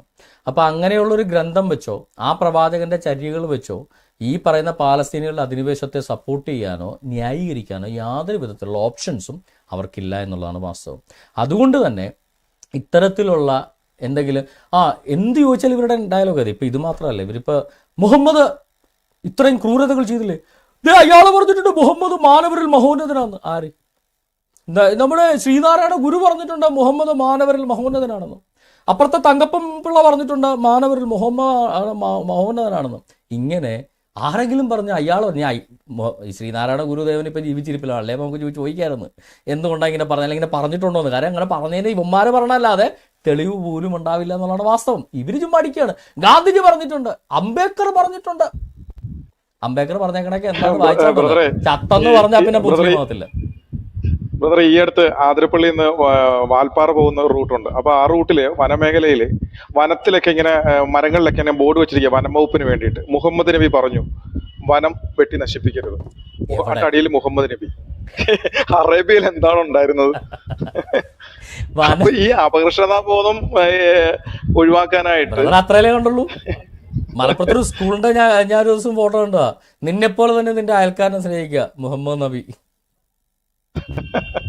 പിന്നെ പറഞ്ഞിട്ട് കാര്യമില്ല ബ്രദറെ, ഇപ്പൊ സ്വന്തമായിട്ട് വാപ്പ ഇല്ലാത്തവർ ആരാന്റെയും വാപ്പേനെ അല്ലാതിനൊന്നും പറയാൻ പറ്റില്ല. മുഹമ്മദ് നബി ഇതുപോലെ നാട്ടുകാരെ സ്നേഹിക്കാൻ പറഞ്ഞിട്ടില്ല. അന്യനെ സ്നേഹിക്കണമെന്നോ ശത്രുവിനെ സ്നേഹിക്കണമെന്നോ മനം വെച്ച് പിടിപ്പിക്കണമെന്നോ ഇതൊന്നും മുഹമ്മദ് നബി പറഞ്ഞിട്ടില്ല. അപ്പൊ പിന്നെ ആരെങ്കിലും പറഞ്ഞത് മുഹമ്മദ് നബിയുടെ പേരിലാക്കാതെ ഇവർക്ക് ജീവിക്കാനല്ല. അല്ലെങ്കിലും ഇവരുടെ ഐഡിയോളജി തന്നെ ആരാന്റെ അടിച്ചടക്കുക എന്നുള്ളതാണ്. ഇപ്പൊ അവിടെ അയോധ്യ എന്ന് പറയുന്ന ശ്രീരാമക്ഷേത്രത്തിന്റെ അവിടെ അടിച്ചു മാറ്റി അവിടെ അവര് പള്ളി പണിത് അത് ഞമ്മന്റെ സ്ഥലമാക്കി. ഇവിടെ ജെറുസലേം യഹൂദന്മാരുടെ മുഹമ്മദൊക്കെ ജനിക്കണ ആയിരക്കണക്കിന് വർഷങ്ങൾക്ക് മുന്നേ യഹൂദന്മാരുടെ രാജ്യമായിരുന്ന ഖുറാനിൽ പോലും യഹൂദന്റെ രാജ്യമായിട്ട് പറയുന്ന ആ ജെറുസലേമില് അവരെ കീഴടക്കി അവിടെ മോസ്കാക്കി അത് ഞമ്മന്റെ ആക്കി. എന്തിനേറെ പറയുന്നു, സൗദി അറേബ്യയിലെ മക്കയിലെ കബ മുഹമ്മദിന്റെ വല്യുപ്പാപ്പ മുതല് അബ്ദുൽ മുത്തലിബിന്റെ കാലമോ അല്ലെങ്കിൽ അതിന് നൂറ്റാണ്ടുകൾക്ക് പുറകെ പോയാലും അറേബ്യൻ ബഹുദൈവ മതക്കാരുടെ ക്ഷേത്രമായിരുന്ന 360ഓളം, അതും നമ്മുടെ ശബരിമല പോലെയാ. അതായത് എല്ലാ അറബി നാട്ടിൽ നിന്നും അവിടെ ദർശനത്തിന് ആളുകൾ വരുമായിരുന്നു. ഈ ഹുബലിനെയും ദുഷാരെയും അൽമക്കയെയും ലാത്തയും മനാത്തയും ഒക്കെ ആരാധിക്കാൻ വേണ്ടി സകല ഒമാനിൽ നിന്നും ഈ പറയുന്ന ദുബായിൽ നിന്നൊക്കെ അന്ന് ഷെയ്ഖുമാർ ഒട്ടകം പിടിച്ച് വരുമായിരുന്നു അവിടെ. അങ്ങനെ ഇന്ന് പല നാടുകളിൽ നിന്ന് ശബരിമല വരുന്ന പോലെ അങ്ങനെ ഒരു പ്രമുഖമായ ഒരു കബയായിരുന്നു. കബ എന്ന് വെച്ചാൽ ഇവരുടെ അറബി ക്ഷേത്രങ്ങളെ പൊതുവെ പറയുന്നവരെ കബ, അല്ല മുസ്ലിങ്ങളുടെ ഒന്നുമല്ല. അപ്പോൾ അങ്ങനെയുള്ളൊരു കബയായിരുന്നു ഈ അത് കീഴടക്കി അത് ഇസ്ലാമിക മോസ്കാക്കി മാറ്റി അത് ഞമ്മന്റെ സ്വന്തം സ്ഥലമാക്കി അങ്ങ് മാറ്റി. അവിടെ 1500 കിലോമീറ്റർ ആയാലും ജീവിച്ചിരുന്ന അബ്രഹാം വരെ അവിടെയായിരുന്നു ജനിച്ചതെന്ന് വരെ ഇവന്മാർ പറഞ്ഞുണ്ടാക്കി വിടും. അതാണ് ഇവരുടെ ഒരു പൊതു സ്വഭാവം എന്ന് പറഞ്ഞത്. അത് ആരുടെയെങ്കിലുമൊക്കെ സ്വന്തം വക ആക്കി മാറ്റി അതുകൊണ്ട് ജീവിക്കുക. അതല്ലാതെ ഇവർ സ്വന്തമായിട്ട് എന്തെങ്കിലും ഉണ്ടാക്കിയിട്ടുണ്ടോ? ഇവർ സ്വന്തമായിട്ട് ഉണ്ടാക്കിയിട്ടുള്ളത് എന്താ?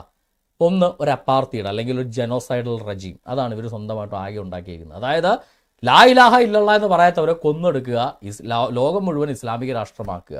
ഇതല്ലാതെ ഈ ഐസിസും അൽഷബാബും തുടങ്ങി 250 ഭീകര സംഘടനയല്ലാതെ ഈ ഇസ്ലാമിക ലോകം ഇസ്ലാമിൻ്റെ അടിസ്ഥാനത്തിൽ ഇസ്ലാമിക ലോകത്തിലെ മുസ്ലിങ്ങൾ സയൻസിന്റെ അടിസ്ഥാനത്തിലൊക്കെ വല്ലതും കൊടുത്തിട്ടുണ്ടാവും. ഇസ്ലാമിക ലോകം ഇസ്ലാമിന്റെ അടിസ്ഥാനത്തിൽ ലോകത്തിന് നൽകിയിട്ടുള്ള ഒരു മാനുഷികമായ സംഭാവന കാണിച്ചു തരാൻ പറ്റൂ? ക്രിസ്ത്യാനികൾ ബൈബിളിന്റെ അടിസ്ഥാനത്തിൽ ആയിരക്കണക്കിന് സംഭാവനകൾ ലോകത്തിന് കൊടുത്തിട്ടുണ്ട്. നിന്റെ ശത്രുവിനെ പോലും സ്നേഹിക്കാൻ പറഞ്ഞിട്ടുണ്ട്, നിന്നെപ്പോലെ നിന്റെ അയൽക്കാരനെ സ്നേഹിക്കാൻ പറഞ്ഞിട്ടുണ്ട്, നിന്നെപ്പോലെ നിന്റെ കൂട്ടുകാരനെ സ്നേഹിക്കാൻ പറഞ്ഞിട്ടുണ്ട്, കൊല ചെയ്യരുതെന്ന് പറഞ്ഞിട്ടുണ്ട്, വ്യഭിചാരം ചെയ്യരുതെന്ന് പറഞ്ഞിട്ടുണ്ട്, അന്യന്റെ ഭാര്യ മോഹിക്കരുതെന്ന് പറഞ്ഞിട്ടുണ്ട്. ഇങ്ങനെ നൂറുകണക്കിന് കാര്യങ്ങൾ ബൈബിളിന്റെ അടിസ്ഥാനത്തിൽ മനുഷ്യർക്ക് നല്ലതായിട്ട് ക്രിസ്ത്യാനിറ്റിയുടെ അടിസ്ഥാനത്തിൽ പറയാൻ സാധിക്കും. എന്നാൽ ഇസ്ലാമിന് എന്താണ് പറയാൻ സാധിക്കുക? തൻ്റെ മരുമകളെ, സ്വന്തം വളർത്തുമകന്റെ ഭാര്യയെ കാണരുതാത്ത സാഹചര്യത്തിൽ വെച്ച് കണ്ട് അവളിൽ അകൃഷ്ടയായി അവനെ കൊണ്ട് ഡിവോഴ്സ് ചെയ്യിപ്പിച്ചിട്ട് അവളെ കല്യാണം കഴിച്ച കാര്യമോ? ഇതാണ് ഇസ്ലാമിന്റെ ധാർമ്മികത എന്ന് പറയുന്നത്.